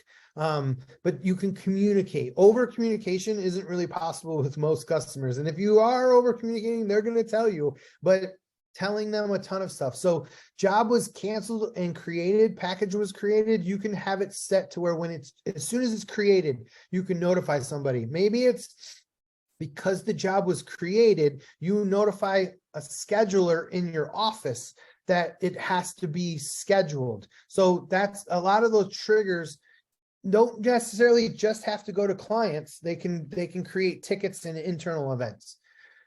Visit date was changed. Visit was moved back to the waiting list. Visit was completed. It was dispatched and it was skipped. Now, visits, it's very key in saying this because visits, moved, completed, and dispatched are all actions that require some type of manual interaction either with the mobile app or in the dispatch board, but they can trigger events based on their completion. So if it's dispatched, visit was dispatched, and that's triggering an automation, and you dispatch work a week ahead of time, and you send out a thing saying, hey, we're coming tomorrow, but then you move their dispatch, they could end up getting different communications. Yeah, go ahead, Deborah. And again, can that be specific on the service item? So that what is dispatched, it's not like the rule doesn't run for every visit dispatch, but like a visit dispatch with specific service item. That's what shows up when you click on it is what services for this dispatch. And even inside Service Autopilot, like inside the automation. So you might have, and this is where you'll see some of our RBS stuff. We have different sequences for different service types. So fertilization might require one communication, whereas and Gabrielle, because I know your circumstance a little bit, the ones that need a ladder or different things, you can have that service itself trigger a ticket that then says, hey, that you need to take this thing with it. And that might solve some of the stuff we were talking about yesterday. But when that's dispatched, so you could select this, but then you might have 14 services sequences here for each and have only one service. So you could have all of your list of services. So the customization and the ability to boil it down, but that's again why I think you need to plan with a flow chart and say, okay, what am I trying to achieve here? Great question though. Then the two that are probably the most actively used, if I had a way of testing this, I don't know if there's any way that it gets tracked, but tag was added and tag was removed are probably the two most heavily used automation triggers in everybody's accounts, because when a tag gets added, and then you can select any of those automation tags that get added, or if a tag is removed, those can trigger the next set of sequences. Then tickets have their own ability, and this is where they're getting really cool. There's a few that they need to add to it, but if a calendar event is completed, created, dispatched, or skipped, and if you're not using calendar events, ticket calendar events, you're underutilizing your system. And if you didn't come to the ticket training, go back, check our YouTube channel and watch the ticket training I did, because calendar events are great in that they're work that you can schedule for a lead or a client. They don't have to be converted to a client, that can be dispatched, and they're generally for non-billable tasks. So estimates for phone call, anything. But if a calendar event is completed, created, dispatched, or skipped, you can trigger a series of automations. And then if a ticket is past due, closed, created, or reopened, you can trigger other series of events. Now, and that is filtered by ticket category. Again, I'm not going to go through every single one of these, but the calendar event, any of the ticket stuff typically can be set by certain categories. Each of these, again, if you click on any of them, estimate was one. It's just all estimates. If you go to some of these other ones, you won't have as many options, but some of them give you different options based on what they are. So form was filled out, which form, or which forms, plural. So if you wanted to see what any of these do in more detail, either check the user guide I talked about, or search and just click on one and you'll see visit was dispatched. All right, that one lets you pick which service. Then you have a condition. So based on this one, so if this visit was dispatched, sorry, does somebody have a question? Yeah, I'm sorry, I'm going back to the estimate. If it's based on sent, is that when the status of the estimate is sent or when the email actually goes off? Sometimes it says, do you want to make it sent? And I said, sure, but then I never send it. So right, because you previewed it and looked at what it looked like. Yeah, and it never really left the building. So yeah, when that status changes to sent, so if you click yes, but you didn't send it, and you're triggering automations off of that, then the automation will trigger. So you won't want to hit yes if you didn't actually send it. Great okay, thank you. Yeah, really good question. And that's key because these are sort of limited by what Service Autopilot is changing it. Like Chris asked, you can manually change it to sent without actually sending it, but that's because the status changes. So you definitely do have to be careful if you're firing automations off of those. So then the next thing is conditions. And this is where you can add and or conditions where you might have a better deal. So this one is visit was dispatched, and there's client and lead, date details, form details, job details, and tag details, conditions that you can add. So if the visit was dispatched, but the client has ever had this package, and again, Gabrielle, this might be some way of saying, if this visit was dispatched and the client currently has a recurring job scheduled, so then it also has this service, then we could trigger an automation that sends to your scheduling person, hey, look for this other job and try to schedule them together, and they could get a ticket. Does that make sense? And it's crazy because as I think about these things or go through the training, it helps me understand how better to use some of these things and what we might need to build. But so the example of this would be, Gabrielle asked me literally just yesterday, that's why it's so fresh in my mind. And I'm sorry if I'm sharing all of your details, but they have a couple of clients that have they have a service that they perform every 13 times a year, and another one that's 26 times a year. And sometimes they get off schedule, but they want to try, or 4 times a year. Sorry about the specifics, but she wants to make sure that if this job gets dispatched, they can double check and make sure that they're not going to be out there a different day, but the same week, or have 2 different crews there at the same time. Can we reassign it? I think that's part of the way we solve that. Is we create a custom automation that says, if this job is dispatched, so the one that maybe happens less frequently, if this job's dispatched, double check and make sure that they don't have someone else going out there that week or somewhere around that same time frame, that we could double it up. And that's all it sends. And it says your scheduler a ticket that pops up that says, hey, this service was dispatched for this client. make sure that they don't have other work, another crew going out there the same day. And it prompts people to be reminded of things. And these are the conditions. So it could say, or this, or that, and, or. Again, this is why the flow chart makes sense, because you can put all these pieces and say, oh, I didn't think about this piece.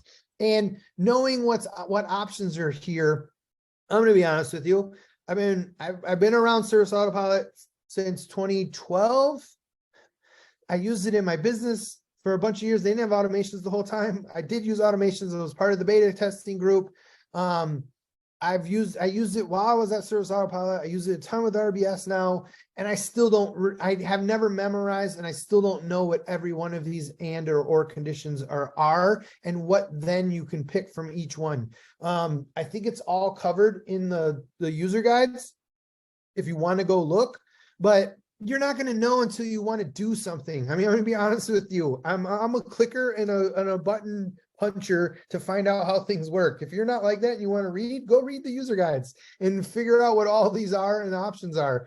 Client has never had this package, last visit date. So if the visit was dispatched, but their last visit date for this particular package was greater than 3 days ago or less than 30 days ago, then send an alert to whatever, or tell the client, hey, blah, blah, blah, blah. Like, there's so much you can do with all of these that I'm not, we're going over the basics.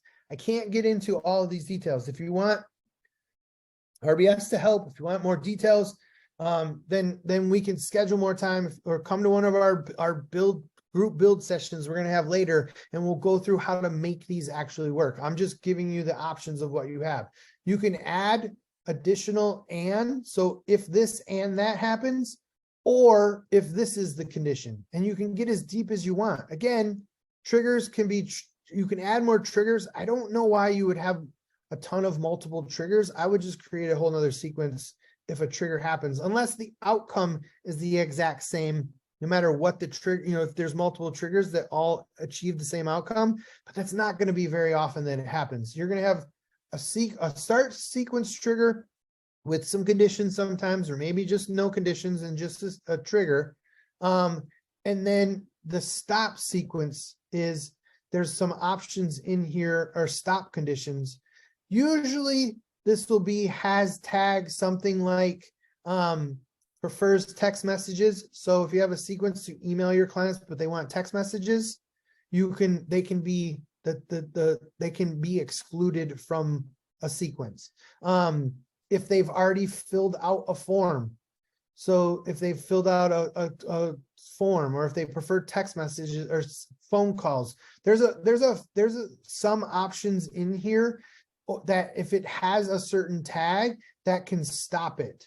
And then you can have it add or remove a tag as the sequence ends. So the use case here is if a sequence is triggered because your invoice is past due, sometimes to allow the reentry, you can have the end of the sequence remove the tag, so the next time it gets added, it puts them back into the sequence. Does that make sense? Because the trigger now, if they've already got the tag credit card past due, then it won't, to add it again is what needs to have it. So it has to be removed. So sometimes the stop sequence is if certain things happen, and then you can add or remove a tag. Chris, you have a question? I do. If the visit was dispatched, and let's say it's mulching, and they also have a job that is cut down the ornamental grasses, can I have the automation check to see if there are other specific types of services? Because it's not a package, it's not a recurring job. Those are the only choices in there, in the conditions. It's not, so I need it to be a waiting list job. How would you get around that? Visit client has ever had, that client does not, I'm trying to think, has ever had.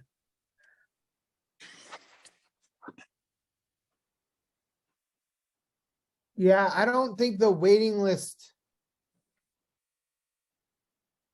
has package scheduled, recurring jobs scheduled. Yeah, I don't think the waiting list is anything you can look at in that sense. I could probably tag those waiting list jobs and then check the tag. Yeah. Yeah, because it's partly because Can you restate the question? his question was, and Chris, tell me if I'm butchering this or not. He wants to look and see if he goes to dispatch a job, can he be notified if there's, can something happen? I don't know what the outcome is yet, Chris, you didn't say that. And But can it's almost like if I'm gonna send a crew there and they could also do another job that we have scheduled, can I flag that so that other job also gets scheduled? But the job is sitting on the waiting list is the problem. The other job that you're Right. looking for, right, Right, is right. the issue. So the condition here, the waiting list, and you can search in keywords, but the waiting list isn't a place we can look for. So the place where you could have that, if it was the one-time waiting list job, but a lot of waiting list jobs are coming from a package. So if you're using the package, you can look for that. But Yeah. the actual, if it's a one-time waiting list job, I don't think, it doesn't appear to me as if that's a condition you can look for. Okay, yeah, I'll play with tags, but you're right, a lot of them do come from packages. That might be the trick too. Thank you. Yep, and create it as a package. And typically, just because like you said, if it was mulching, but they're also, can they trim the bushes while they're there? If your bush trimming is a package job, then you can look for, do they have a package and then assign that job. So I think that's the only, but it's not the waiting list condition that makes it. So, yeah. All right, perfect, thank you. And I think in a lot of those cases, and it ties in with what Chris's question was and Gabrielle's few questions, some of it's just limitations in what works. So, all right, now I want to get into that sequences. And so you would create another sequence for any of the triggers and stuff that you want to do. And you can have 1,000 sequences if you want. I don't know if I'd recommend having that many, but you can create a bunch. Then if you ever need to go back to that again and click on it, you just click the top of the area, that setting where it says starting out step 1, and it'll give you the description and all the details and what the triggers are for starting that sequence. And if you notice, when you create anything in here, it starts off. It will not start on.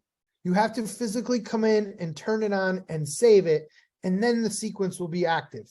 Now the automation is technically active, but if every sequence in it's off, it's never going to do anything.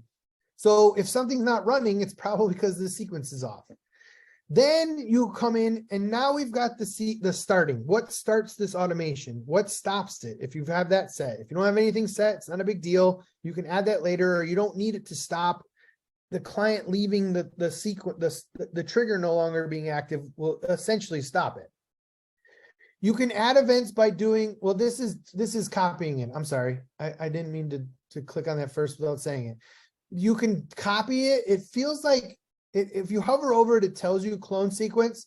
So if you've built out the starting points for multiple steps, so let's say you're doing the same sequence, quote unquote, but for different services, you can build it out with nothing in here with just the steps, but maybe not the service selected.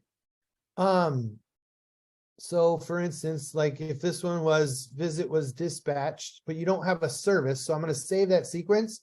If I clone it and I open it, it's got all of the stuff that I already had built over here copied into this box. And then you could select a different service for this one and then name this one. This one might be starting out step 2. And then this one changes to, and be careful when you click because sometimes it highlights all of it. But then you can save that new sequence and then copy it along.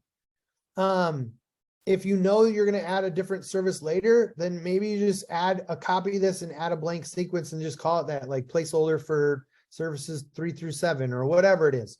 You can build it out so that they stay in the right order. And you can delete a sequence by clicking the little X and it says, hey, do you want to delete it? Are you sure? Because you can't get it back. And I'm going to say yes. Okay, and get rid of it. Now we're gonna go through the events, which I know we're down to like the last 30 minutes.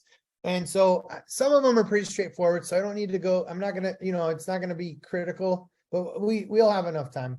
Sorry, I'm going through.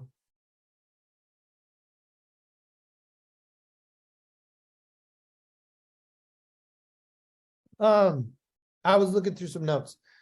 So the next thing is you add events to your sequence. And so there's a whole list of them over here. And the way you get them into the sequence or any sequence is you click and drag it over. One of the first things you're probably going to look at adding, and I'm not going to go through the order, even though it's probably easiest to start at the top and go to the bottom. I want to go through this in a way that kind of goes through things, but you can add a note. So if you put a note in here, it stays yellow. When you click on the event, it's going to give you anything in here. So you can put note description, type whatever you want here. And when you save it, it's going to add all of that to it. Now, if I can show you really quickly, some of the automations this is from our 855 RI Lawns one.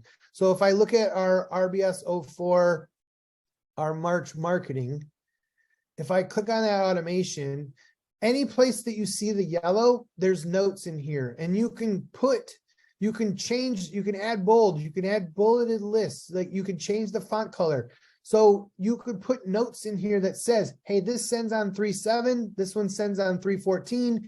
And so you know where to look quickly if you're coming back to look at the automation. We build a lot of notes into our RBS automations that you can download so that if you're customizing or editing it, you know you need to come in and, like this one says, need to update date trigger annually below. So if it's sending, you need to change the date trigger. This one here, start if gutters need to be cleaned, gutter cleaning, if you can put whatever notes you want to put inside this note box. You can type in notes and come back and edit them. You can do underlining. There is code view, so you could add other stuff. We put videos, sometimes YouTube videos that explain how to use this automation. You can be pretty descriptive in the notes, but they're literally just that. They're notes. They're just info for what needs to be done inside of that. They can't be seen anywhere else other than inside this editing automation when you're editing the automation. So notes are useful to describe what's happening. And maybe that's what you want to put here is the description of what's happening. I don't know, but you can use the notes however you want. A wait period is probably the next most utilized feature is, okay, after this trigger happens, let's wait a certain amount of time. And when you click on it, it gives it to you and you can turn that wait period off. So if you're testing it, you can just shut it off and then you don't have to wait. But you might change it to days, hours, days after, no delay, whatever you want to set this to. One option that only shows if there is certain conditions or triggers in here. And one of those, and this is why I added it, was visit was dispatched. So if the visit was dispatched, and I wish it worked for calendar events, but it doesn't yet. But if the visit was dispatched, the wait period gives you the option of days before. And so you can put in here 2 days before, you can select the visit date or any of your custom field dates.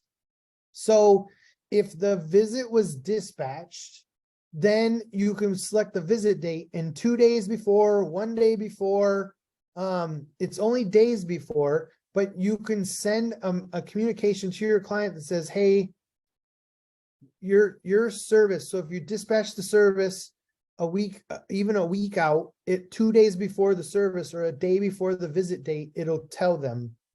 You can trigger a communication to them. If you click the advanced settings, you can then choose, do you want it to run on any of these options, any day, day of the week, day of the month, weekday or weekend, and then you can set a specific or a time range. So if you're going to send a text message that says, hey, we're coming out tomorrow to service your property, but you don't want it to go out at 3 o'clock in the morning because you're up dispatching, then you put in here that it only runs on on weekdays between 8 a.m. and 5 p.m. or whatever. And you can adjust that. If you turn off the advanced settings, they go away and they're not any longer active. Anytime you click and add an event, I would save it. If you change this to, let's say, wait 3 days, when you save it, the wait period it's just going to say wait period. And so my recommendation is for you to put in here what you're waiting for. So this one here, if I'm waiting 3 days, I'm going to click wait 3 days and name it that, so that you know when you come look at the sequence that you're waiting 3 days. So this might be if this was an estimate follow-up sequence, you wait 3 days and then you take some action.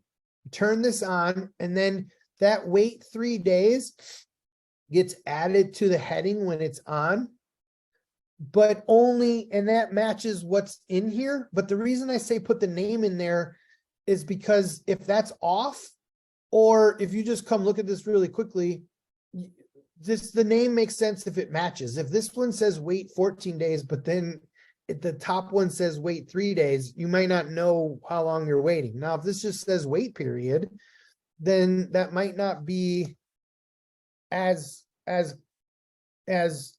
confusing.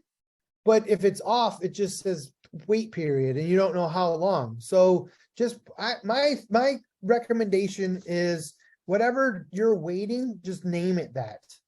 And then that's what'll show here when you add it. Okay.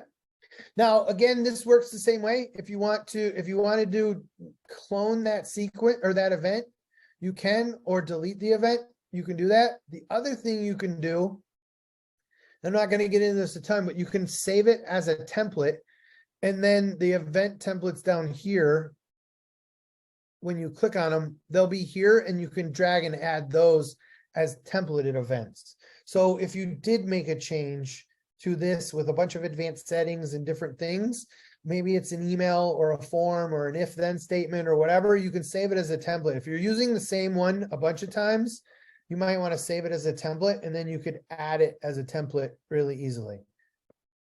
All right, so wait periods. The next one is update.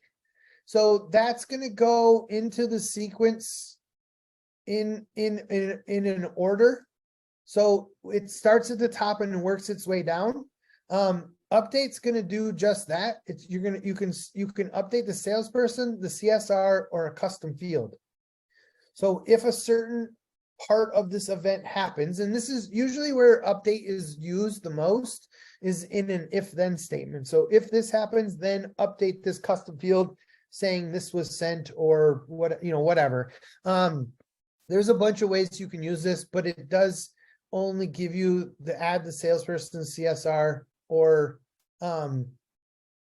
custom field. So if you want to update several custom fields, you could just keep adding them. Or if you wanted to update the salesperson or the CSR, you can do each one of those and select the individual.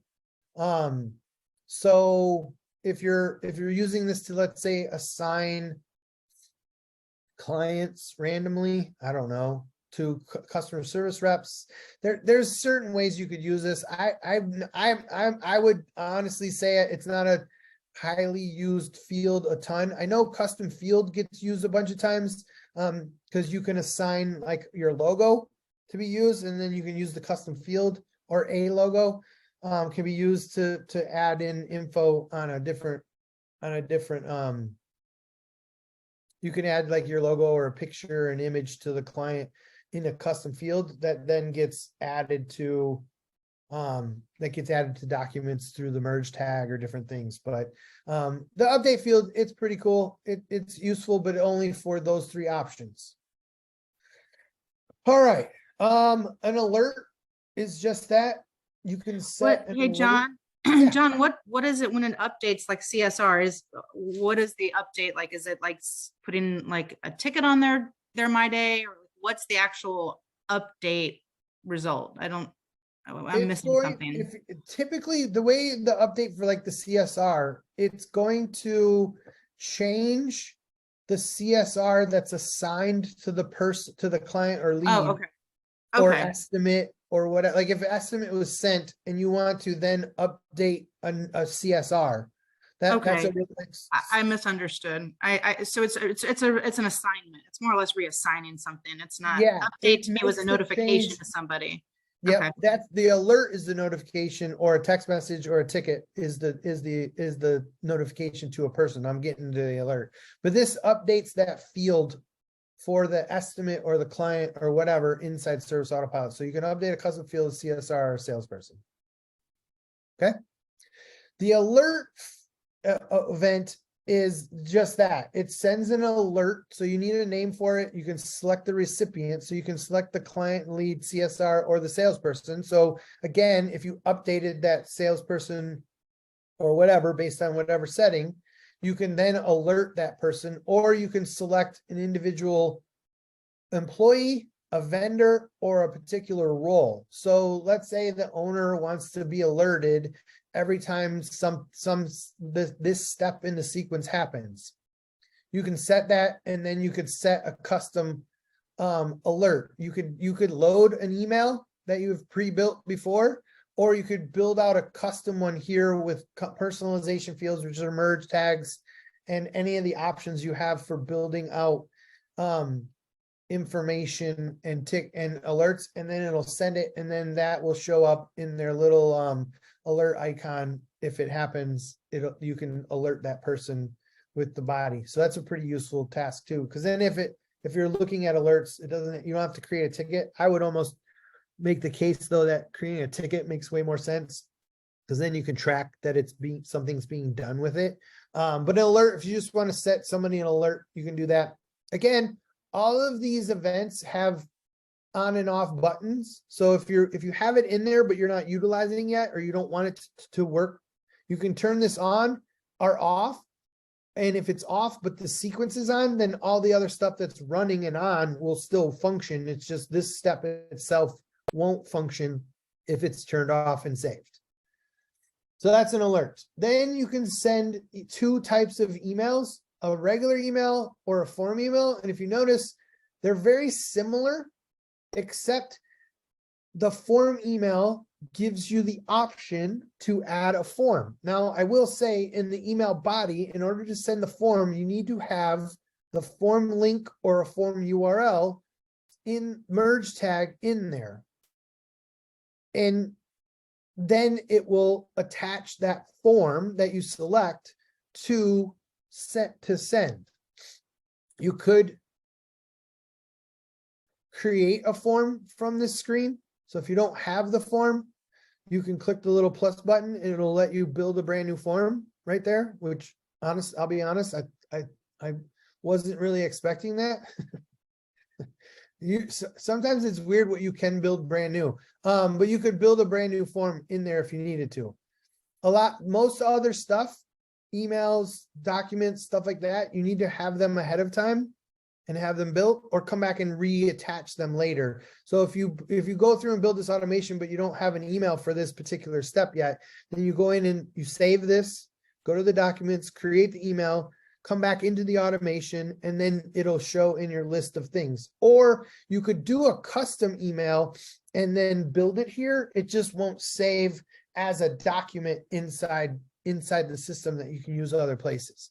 But email and form email work basically the same way, except the email is the only way to add a form. So if, let's say for the credit card declined email that gets sent out, you would use a form email because you want to include your form that lets them click on the link, and open it up and add their credit card information. If you just sent out an email that said, hey, your credit card expired, please update your thing, but you don't use the form email option that attaches the form, then they have to get the form some other way.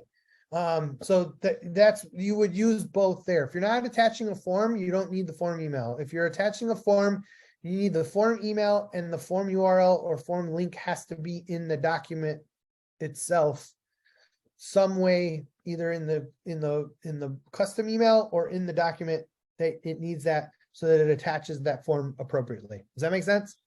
So John, If we, would that be like an example of, if you look at our vehicle fleets, of maybe a technician has a check engine light that comes on, and he can go in and he can edit a form that says the vehicle status is check engine light, and then that can actually create a sequence that could email our mechanic. And within the email of the mechanic, he can have a form that he has to complete for that specific vehicle, listing like the odometer and the work that was done. Would that be an example of that type of sequence? Yeah. Yeah. Okay. And then when he clicked on it, he got the email, he clicked it, the form would open in a browser and he could fill it out right there. Yeah. Okay. Absolutely. Yep. A lot of times though, it's mostly used for sending the form to your client. Not necessarily, I mean, it could be used internally as well, but you can send that to individual. This is the options of who it gets sent to. So you can send it to the client lead or their billing address, their CSR, their salesperson, or any employee, vendor, or specific role. And so anybody assigned to that role would get it if you send it that way, or you can select it to multiple or individual. And that's you can tell if there's a checkbox. So if you have multiple selected, you can send it to anybody. If you have a document selected and that document has a subject, this will pre-fill here with that document subject, and you can't edit that. The email category is set there too on the document level, or you can so if it's like a survey or a billing thing or notification, you would set these categories so that if someone unsubscribes from like your marketing emails, it won't send to them.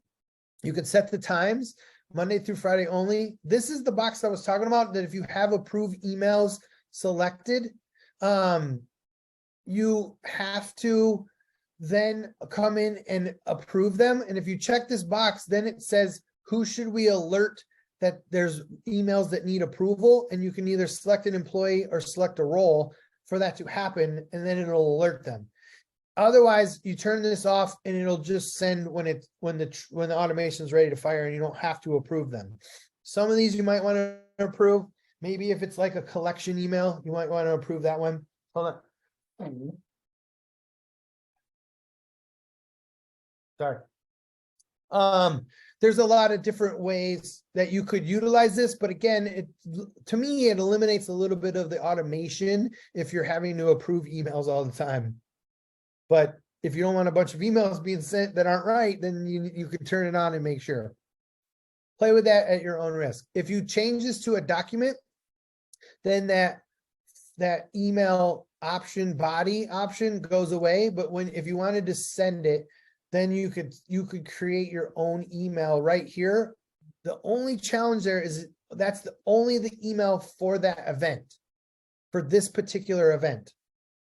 So if you're going to use that email anywhere else, or if you're going to do anything else with it, you probably want to create it as its own document and then tie that document to this, so that when you go to edit it, you change the document. If you make a change on the document and save it, it'll update for this automation in this event. Okay. All right. So that's emails, form emails. There's notes. The next one is, and I'm bouncing around I know a little bit, but is an opt-in email. And so you can have these and when you click on it, this is what pops up, but you can create an opt-in email that says, hey, confirm email notifications. Hey, client name, select. Hey, thanks for asking for information. Before we start sending you could type this out to say whatever you want it to say. Thank you. Here's all of our stuff, and save it. A lot of our emails, so you're basically asking them to opt into communications. Almost any email that's sent through an automation has a link at the bottom that says unsubscribe, and it gives you an opt-out option. That's to protect from the Can Spam Act and just to protect you from spamming a bunch of people. It says down there like unsubscribe. But the opt-in email is one that you can send to clients, let's say, or leads. When they request an estimate, you can set, that could be the first step, is to send them an opt-in email and say, hey, we're going to send you some information, and you can put whatever you want in here. Opt in, please. They can click the link. You can set the link. You can build this out so that it's not required by law by any means, but you could say later, hey, we were sending you stuff because you asked for it, and you could build that into a sequence very easily with that option. Tags, you can add or remove tags. So you can click on this and you could add as many tags or remove as many tags as you want in a sequence. So that's pretty straightforward. The tags need to be, I don't think they all need to be automation tags because they're not triggering automations, but yeah, I probably should know the specific answer to that. Let me look. Hold on.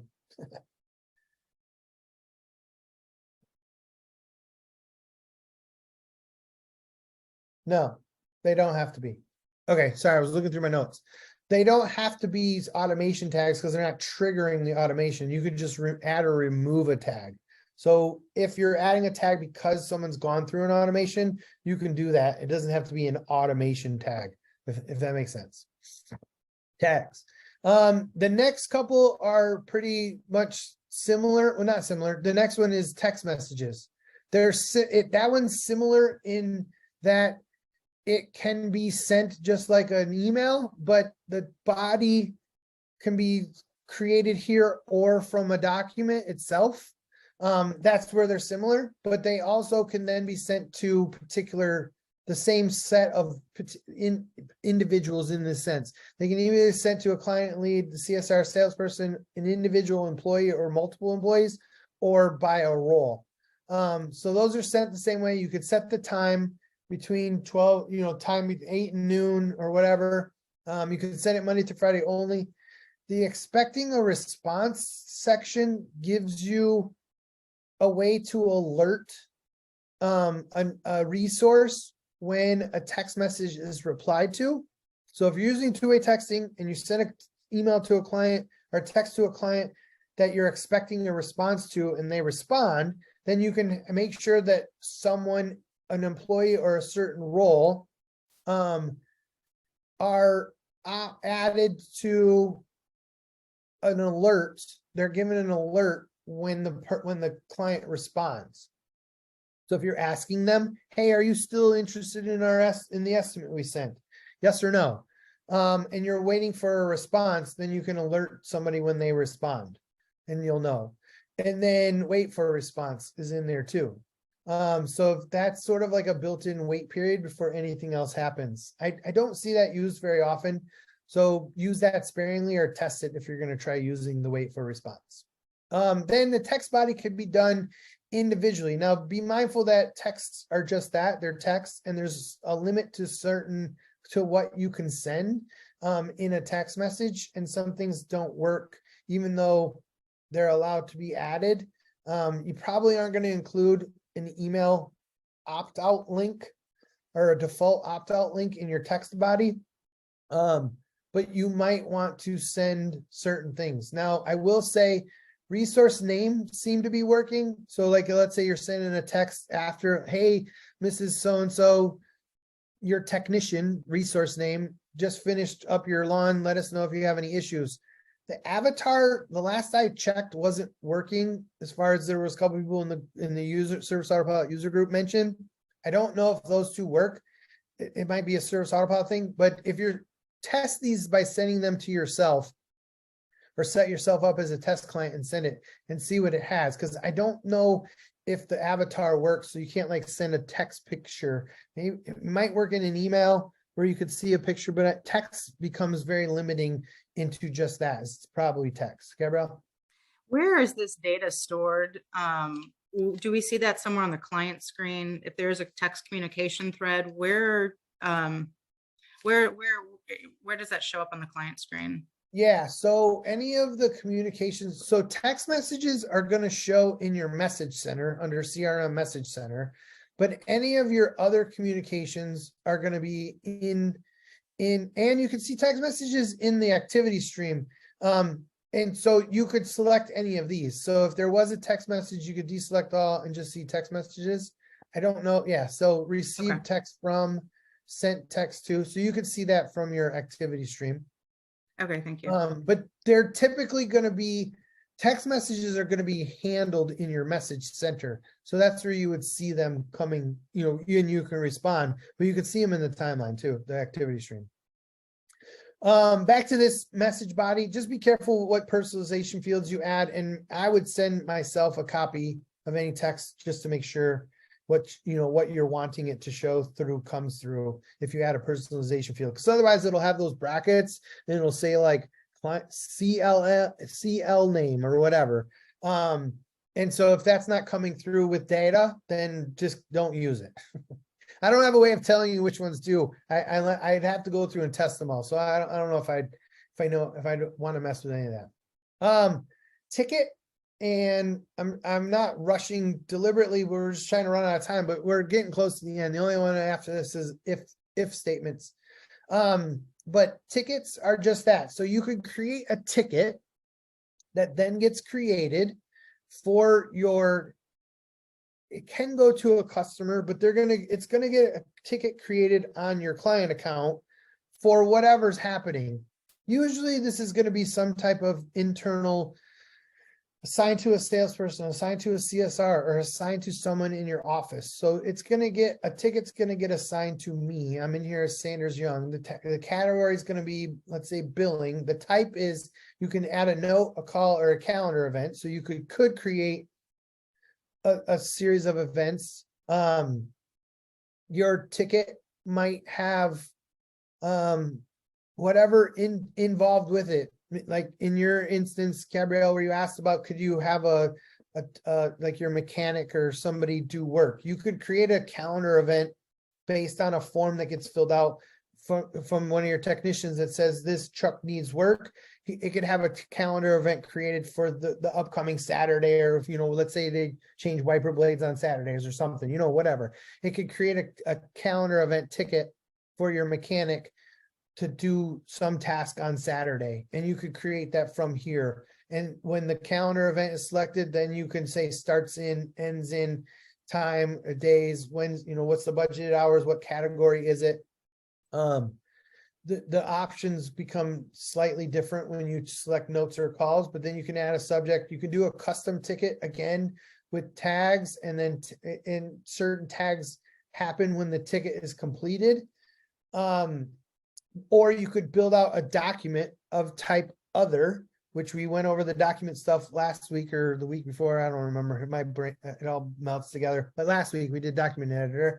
And you could create tickets that come in here that get added as the document itself that gets created, that encompasses the details that you want. And you can have email links in that document, which would then, when those are clicked, they could fire other automations. There's so many layers and customizations to how you can do it.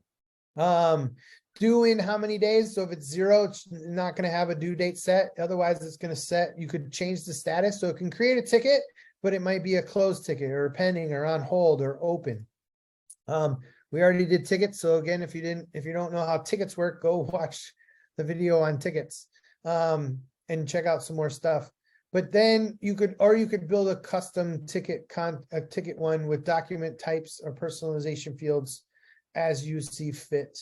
Let me see if the email, invoice, job, ticket, resource, email links. So you could add email links in here into the custom ticket type, ticket contents if you wanted to. You can easily assign it to a salesperson or a CSR. I know I already went over that, but it's if a CSR is not set for a customer, this ticket is created for, then the ticket will be assigned to the employee you select in the assigned to dropdown. So if the customer doesn't have this field filled out, then it would be assigned to whoever is assigned here. If there's no assignment and neither one of these boxes are checked, and this is on, it's just going to create an unassigned ticket in the system, and no one will know about it. You'd have to go and look. So if you get a bunch of tickets that are unassigned to different people, you probably have a missing field in one of these tickets. The other thing to point out, and I'll get to the if here lastly, because I'm not going to spend a ton of time on it, but because it's a very advanced feature, but if you look at any of these sides, the emails are purple, the alerts red, you know, you can see kind of quickly what each of them are. I use the icons. So the form email has a little, like like almost like a paper in the envelope. Email's an envelope. A text message looks like the, you know, the text button. An opt-in email has the same as the form. The tags look like a tag. The alert, the wait period has a clock. You know what I'm saying? Like if you look at these things, they're over here that tell you what they are. But when you're editing or looking at an automation, I tend to look at those and say, oh, okay, this is sending me a text message, because maybe the name is not, it doesn't say text message. It's, you might have a name for what it is. I use the icons a lot, and then always make sure if you want something on, you got to turn all these on in order to send them.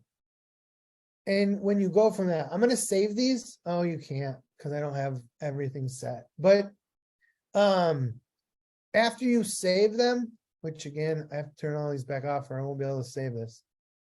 But it'll tell you if there's errors because there's stuff missing. Like this one is missing recipients and different things. It doesn't tell you what all the errors are, but it won't let you save it if there's errors or things that aren't on. If you want to save it, just turn everything off, and then it'll save that way. If statements are pretty straightforward. If this condition exists, then do these steps, and then end, right? But if you change this to else, so or if or statements kind of a thing. So if this condition happens and this condition exists and this condition exists, then do these steps. That's how you can use these. So if the salesperson, let's say, is if the CSR is set to Joe Morgan, then do these steps. Notify Joe, because you don't want to just send a text message to anybody, right? So if this condition happens, and so again, I can't get into all of, like, the conditions are similar to the conditions that existed. So if there's a text message reply, if it has a credit card, if they have a card on file, then we can schedule work. If they have these jobs, if they have this tag, then those things can happen. Then these next set of steps can happen, and then it ends, and then the next sequence, when you drop it down there, then they happen outside of this if statement. If not, then Can you have, John, can you have multiple if, so like for each of the technicians, if John is selected, text John. If Gabrielle is selected, text Gabrielle. It can branch off as many times as you want on the if. Okay. Yep. So, and there's an else in here too. So if this condition exists, otherwise do this condition. So let's say if it's assigned to these two salespeople, then take this action, or otherwise send it to the owner. Like if it's like an overflow, a catch-all, or different things. There's so many ways. Again, I can't cover this in the basics on how to use if and else super effectively, because it's super advanced, and it's honestly why I left it to the last, and I know we're out of time. But you could spend a ton of time doing if and else, because all it's doing is saying if this condition exists. Now, I would almost make the case a little bit of, if you're going to have a bunch of that, then just make a whole nother sequence, because that's sort of what the sequence is saying. If this trigger happens with these conditions, then do all of these actions, right? So it's its own sequence. And that's what you can track, is if people are in the pipeline for sequences. If they're getting kicked out of a sequence because you have a bunch of if and else statements in them or at the bottom of them, then why not just create a whole other sequence that says, could just go through these steps, so that people don't enter an automation sequence and then get stopped or paused or stuck in the middle because you have a bunch of if and else statements. So are you saying if Gabrielle's the CSR, add to sequence CSR Gabrielle, like have it add to that second sequence? Right. you In start most to break down from cases, that. that's how I would say that should be used. Like the way we typically use, and let me see if I have it in the RBS account. And I know, again, I know we're getting short on time, so if people got to leave or whatever, but let me see if I have the holiday one. Sorry, it's loading really slow, of course, when I'm trying to go fast, but let's load here. RBS training. Okay, so we don't have holiday sequences in here. The one I was going to look at, but I can show you in the March marketing. So inside the marketing sequence, we have March marketing and then March newsletter. And as soon as they load, let me look. Okay, so this says if they're a client, send them a postcard on March 7th. End. If they have, if this client ever had, so if this client has ever had the package spring cleanup, but does not have the tag has spring cleanup, and they've been a client since June of last year, June 1st of last year, then do this step. So we're creating a ticket that says call them and update their and update them. So we're going to call them and we're going to say, hey, call client first name about spring cleanup special $50 off the book by the end of March. So we're going to upsell to people who've had this service before, but they currently don't have it assigned to them, for instance. Okay. So we use the if and then end. That one ends. Now, if they're a new homeowner, then we send them a postcard. If they're a client, former client, or a lead, then we send them an email on the 7th, an email on the 14th, an email on the 21st, and then we send on the last day of the month. Then that's where we send them out a couple of emails. So this is where, and then if they're a valid lead, then we send them a postcard.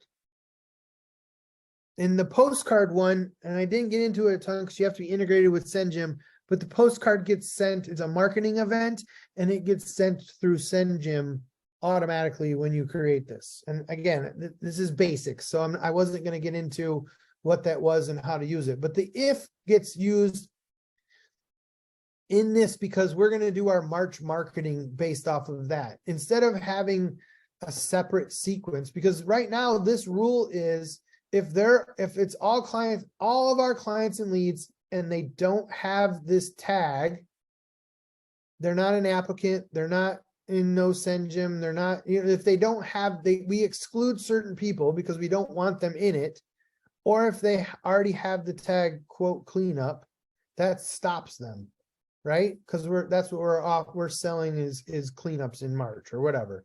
So everybody we want enters this sequence, and then we use the if statement inside that sequence to then send them different communications based on those conditions. Whereas instead of, like I was saying before, where you would add separate sequences for all of that, sometimes that doesn't always make sense if you could just use if statements and then handle those if statements inside the one sequence itself, because then we want everyone in this one. We're not excluding people outside of it. We're just sending them a different postcard because they've had our service before, or we're making a phone call trying to upsell them individually. Does that make sense?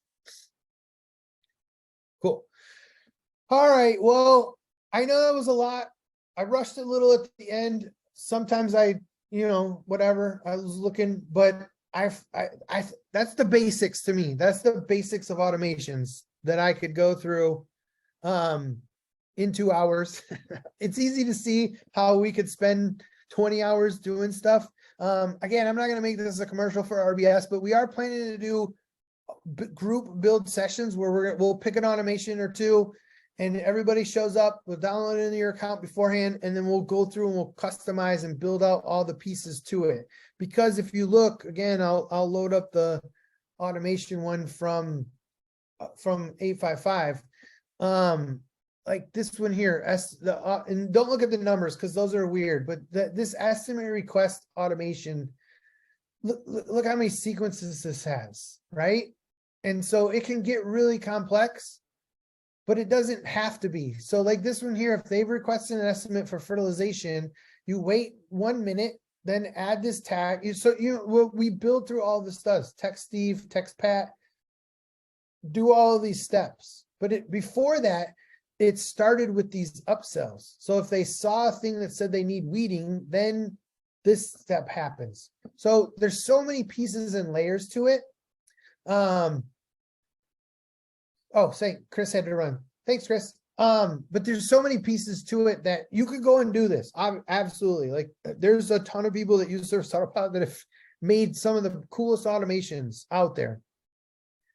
I think we have a bunch of really good ones that give you a starting point that we can start from, and then customize from there and then add in new sequences. If they're out of the area, there's an email that gets sent. If they request an estimate and they're out of there, we tag them with out of area, then we send them, we close the lead and we send a ticket to close the lead and we send them an email that says, hey, we declined your job because it was out of the area. And you can preview that document. It says, hey, client first name, thank you for your interest. Unfortunately, you're outside of our service area. But you automate that step so that all you have to do when a client comes or a lead comes and you look at it, you evaluate that, you add that tag, which you could do through a quick assist or different things, but you just add the tag and then the automation fires in the background. And you don't have to think about it. You don't have to send that. You don't have to send that email. You don't have to do anything. You just add a tag. So there's lots you can do. Again, I'm not going to reiterate it all. I do have that list. And if you have questions, give us a call, give Steve a call, schedule a meeting, go over it. We'll give you any of the 15 or how many ever we have for being a customer, and we'll work through building them. That's what typically my job is when I'm not doing these trainings. I spend time like I did yesterday with Gabriel to go over what we want to build. And as we start building them out, we build out the stuff that works for you. This one here, again, fertilization, thatch, seeding, which package, if they want mulch. If you don't offer those services, then we have to customize that to show what services you want it to be. And so we build those out and we can help with that. Ground care, sorry, you just showed up as ground care. I don't remember your first name, but go ahead and ask a question. Hi, my name is Alina. And I kind of waited till the end to save my question just to see if it would answer itself. Uh-huh. But it's related to estimates. And so I don't know if my question is a little too advanced, but I customized a stage on my estimate because I wanted to send I wanted to go into the automation, but I don't want it to send just any estimate. I wanted to send a very specific estimate. So that's the best way I was able to know how to customize my automation, but it's not working. So I was wondering if maybe you had some kind of tip or something or to help me out there. Yeah. So the only way you could do what you're trying to achieve isn't possible the way estimates are allowed to be triggered initially, just as a limitation from Service Autopilot. But what you could do in that case is add a tag for an estimate tag that you create, that then when this tag is added to the account, then this happens. So if you change the stage to, let's say, like estimate needs, whatever you change the stage to, add that same tag or add a tag similar to that fires the automation. Because unfortunately for estimates, the only thing that triggers an automation is if it was created, lost, sent, or won. And those are statuses. Those aren't stages. Exactly. And that's how I have it. I have it set as soon as the estimate is created, go ahead and trigger the sequence. But at the same time, I don't want it to send, because it's basically reminder emails to the client. Yeah. So I don't want it to send this reminder to the client as soon as the estimate's created, because obviously I haven't even sent it out to begin with. Right. So you don't want the estimate created trigger then. Or if you do, then the very next step in your automation should be a wait period. So if the estimate is created, maybe you want to wait 2 days before the automation triggers. Yeah. But maybe the trigger there is estimate sent. So you want to send a communication Yeah. after the estimate is sent. But typically for estimates, you're going to follow up later, because if it's sent, you're going to know it's sent. Usually what we'll do, and our estimate request automation does, is we send a text message, because the system won't send that. So when an estimate is sent, we send a text message that says, hey, we just shot you an email with a link to your estimate. Be sure to check it out and let us know if you have any questions. So that's where you would send that communication. But the stage itself isn't if you want to do it based on stages, because I love the fact that you're using custom estimate stages. Okay. But in order for those to work, is you'd have to have a tag that matched that stage, and the tag is what triggers other communications or other events in an automation. Okay. Yeah, that was basically what I was gonna try and do my workaround on, but I wasn't sure if I have to do the tag. I was just trying to keep it all within the actual estimate screen instead of making more things. Yeah, I would love for that to be the same thing too, because honestly, so when you add the estimate, you can. I'm totally with you on how you're doing it. It won't add. But because you can add tags right from the screen, that's how I would do it. Got it. So when Okay. you add this tag and then save it, that tag would then trigger when you change the stage. So you can't change the status, right? Other than changing the status here. But when you change that stage to a different stage, go in and add the tag that matches that, and that would trigger the next step in your automations. Okay. Okay. One thing to keep in mind. Great question. Do you have anything else? I think not for the time being, at least. Okay. One thing to keep in mind, Service Autopilot constantly adds stuff, right? They're doing updates monthly now. That was something I know when I was working there, we started last year around trying to do monthly updates. And so sometimes they add new triggers or sequence options or conditions. You'll see that in the release notes. They don't always make a big deal about them if it's not like a super requested feature. Estimates have long been, we talk to the product team and the dev team. I constantly am sending in feedback, things about we need more triggers. They don't, it doesn't always seem like they're listening, but I know they are. They're looking for ways to add it. Sometimes it's really complicated because it touches so many parts, and automations become really difficult. And if they start adding a bunch of triggers, you know what I mean? Like there's definitely some thought that they put into it. But just keep an eye on the release notes, because a lot of times they'll add a trigger and they won't make a big deal about it. And then you'll see, oh crap, or you'll come in to go make something and there's a new one in there. But right now, unfortunately, the status is those 4 are the only ones you can use for estimate. Right. So, Okay. cool. Thank you. Any other questions? I know there's only a few people left, and I'm sorry that we've drug on for an extra 15 minutes. I mean, I think this is useful, and I think people are getting value. Hopefully you guys let me know, but yeah, I'm going to wrap up, because that was the maybe a little bit more than some basic stuff, but yeah, please, if you have any questions, the email that you got to invite you to this it comes to me directly. It's john.bianchi.rbs, I think, at Gmail. I think is where it gets sent from, but john.bianchi@readybusinesssystems.com. If you have questions, shoot me an email. And if I can't answer them directly, I'll get you in touch with Steve if it's related to like our pricing and some of the different stuff. If it's Service Autopilot related though, like they pretty much send the questions to me now. Both him and Justin know the system really well because they use it to run their lawn care company. But I obviously had even more experience and then background working there and training and stuff there. So we can help in any way we would help in any way we can. The last pitch I'll make, if you're not already a existing RBS customer, we are doing the coupon. So if you should have gotten the email, but we're offering money off your first month for attending the sessions. And you also can get some Sorry, I was thinking and talking, and then I looked at Gabrielle's comment, but appreciate it.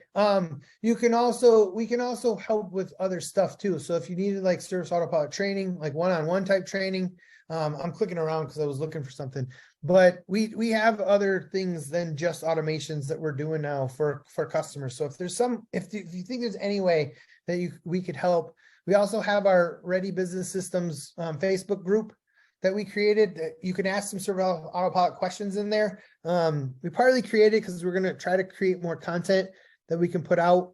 And the Service Autopilot user group sometimes gets a little bit overwhelming, or people stop going in there if it starts to get negative for a while. So we wanted our own for just Ready Business System customers. So if you're not part of that, I think you could search for it. I don't remember the name of it. Probably should have been prepared better than just mentioning it, but we do have one. If you want to link to it or don't have it, just shoot me a message and I'll track down the URL and send it to you. You can join our RBS group that we have, because we answer Service Autopilot questions and stuff in there. And it's not just, we have other customers that don't use Service Autopilot, so it's about marketing and different things. So if you're not part of that, then make sure you look that up and join it. Yeah, so anyway, that'll be the end of this extended session. We have 2 more left. The next one we're gonna do the client portal, and then the last one I'm gonna attempt, I saved it for last, but I'm gonna attempt to do the report center basics. The report center stuff, it's hard to do live. Sometimes you click on something and it sits there for 20 minutes. So the report center might be a mess, the last one we do. I saved it for last deliberately because I don't know. I don't always know what we're gonna get, but we're gonna try to do some basics on that. But we have the client portal next week, and then report center after that. So if you've already signed up for any of those sessions, you'll get emails for those the Friday before. So hope to see you then too. All right, everybody, take care. Have a great rest of your day, and thanks for stopping by.